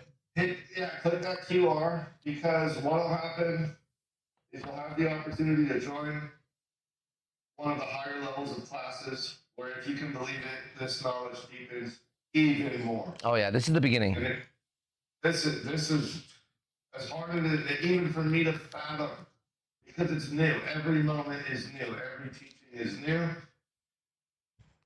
And this is some of the most advanced teachings I've ever even encountered in my life in these last few moments. It's fucking unreal. We'll go to my ID. And there's a law of cause and effect. What is that? And as you give, so you receive. Click the QR code if you're a man on the stream, wanting to better yourself, wanting to hit higher levels. You're contributing towards your own evolution. So I would invite you to click that QR code, join the Players Club. The fruits of joining, they're immeasurable. Opportunity to be in proximity to not only AZD, but a whole tribe of amazing men. We have a yoga master here. We have a guy with 8 figures. We have another guy with 7 figures. We have people all over the fucking place here masterminding. We have musicians and whatever, you know, and we got some really good people here. Some really high level people. It's unbelievable. Yeah, the spectrum is incredible. The morning class has celebrities in it, guys. And the advanced class has celebrities in it. A lot of celebrities. Literal celebrities. Yeah. Bro, like fucking hardcore ones. Like, if you're a guy right now with some testosterone in your ball sack, which you fucking have to have that if you're here, there's no way you're sticking the fuck around. Because AZD will polarize you quick. He'll nut check you fast and you'll be fucking gone.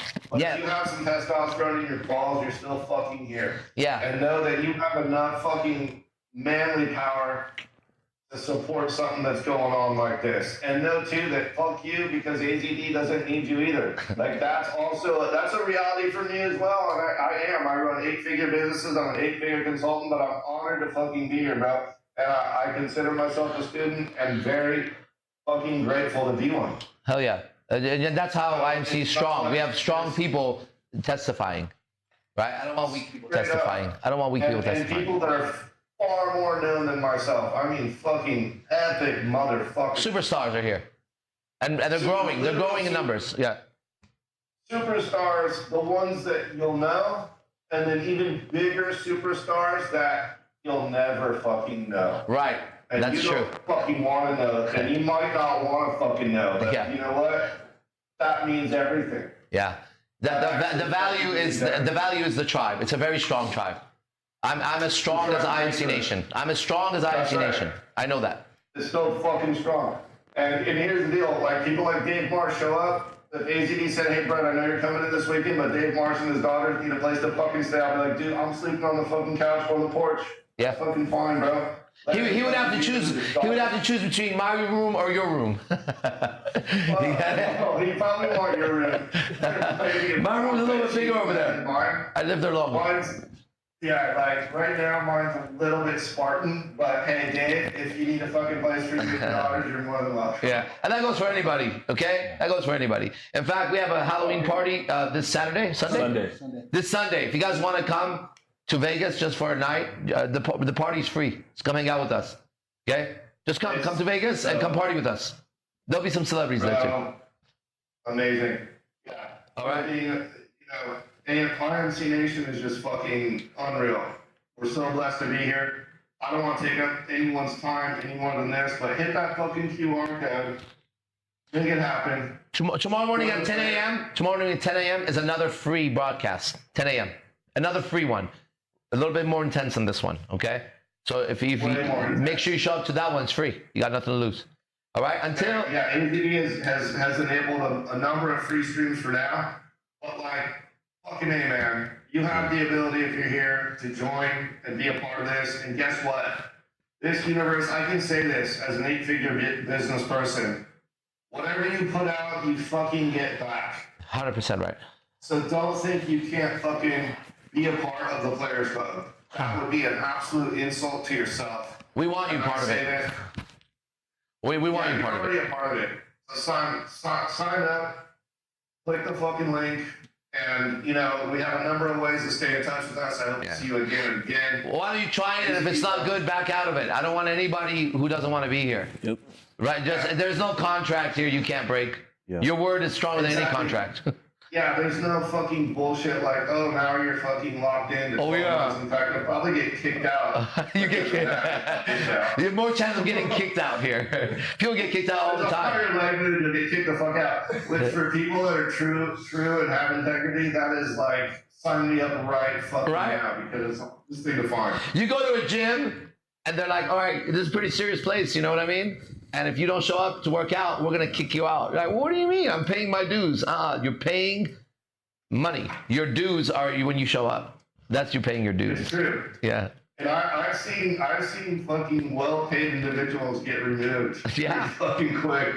Yeah. And then they were giving it. That makes me so bought in, dude. I'm like, I'm fucking afraid. I'm a co-host of this fucking show. And I'm fucking afraid of my actions. So, man, hey, so am I. I hold the most accountability, just so you know. If I fuck up, there's no reason to follow me. You get it? There's just no reason. So it's like what my dad said. It's just that I don't consider smoking a crime. Right? I just don't. I think you're an adult. I don't teach kids. I wouldn't smoke in front of kids. This is for adults, okay? So I don't act like this in front of kids. I'm very aware of kids. Well, AZD, thank you so much, bro. This has been another fucking exhilarating. I just want to say one thing. Giving us over an hour of bonus content. I'll get to you. Much, bro. Yeah. Sultan wants to say something real quick. I appreciate you. Sultan wants to say something. Go ahead. Yeah, man. This class. Yeah, please, Sultan, close us out. That class was, or podcast, whatever. It was fucking unreal, man. That blew my fucking mind. Yeah. A lot of people that are watching online, you guys don't get that was free. And that was like, that blew my it costs you your time. Well, right, but I mean, like, you're not paying money for it. You didn't have like a you didn't exchange like money for it. No money. You exchange your time, but that was so fucking mind blowing because, and it goes over. I know it goes over guys' heads because they're like watching, they're listening, they're like, yeah, like, but you don't understand. And I'm just a student. Like I'm not. And so am I. Yeah, but I'm an AZD student, and I'm like listening to this. And I'm hearing so much that I know you for sure you guys are online and missing a lot, but there's so much that's happening in what he's saying and it's just how he's delivering it, the structure of how he delivered the whole message. Because it wasn't just the message that was the teaching, it was the way that it was delivered. It was the imagery, it was the storytelling. That's a gift. And the way that he says it, that it goes right in. Like it goes in. You doesn't like. There's nothing that you have to really do. You just have to be here and listen. Yep. If you're not fucked up, then you can hear it and you can get the message. But if you're like a bad person, you're not going to get it. You're going to be like, well, I didn't get anything. I didn't understand. Yeah, because you're a retard. But if you're intelligent, which you are because you're still here, then you got what you got. But I just see how, man, it just fucking blew my mind, bro. That was just so good. Thank you. Right on. You're welcome. That was incredible, man. Okay, I'm gonna make a call after this and find out if I could be late. I see. Phoenix's hand is up. Phoenix, go ahead. What's going on? Asking you as a student, the next class, can we talk about reconciliation and redemption? In what context? In social context or Yeah.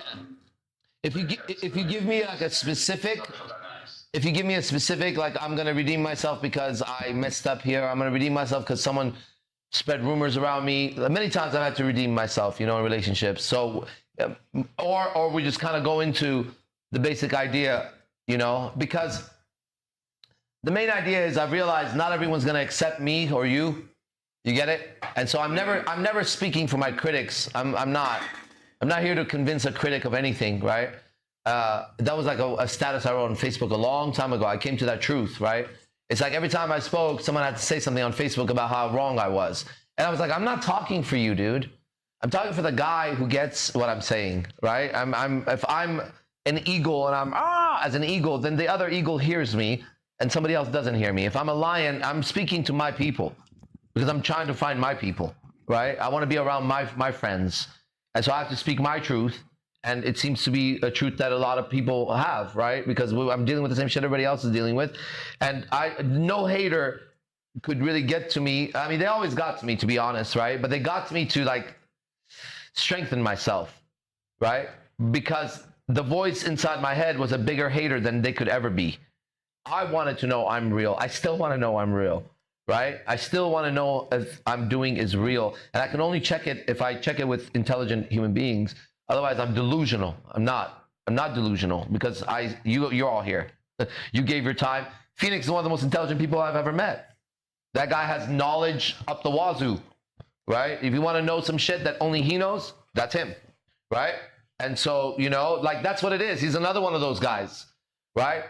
People have their opinions of him, this and that. He's always been righteous with me. That's all I know. That's all I know, right? And so we keep that spirit. Okay? Is it okay if I end now? Yeah. All right, guys. See you guys.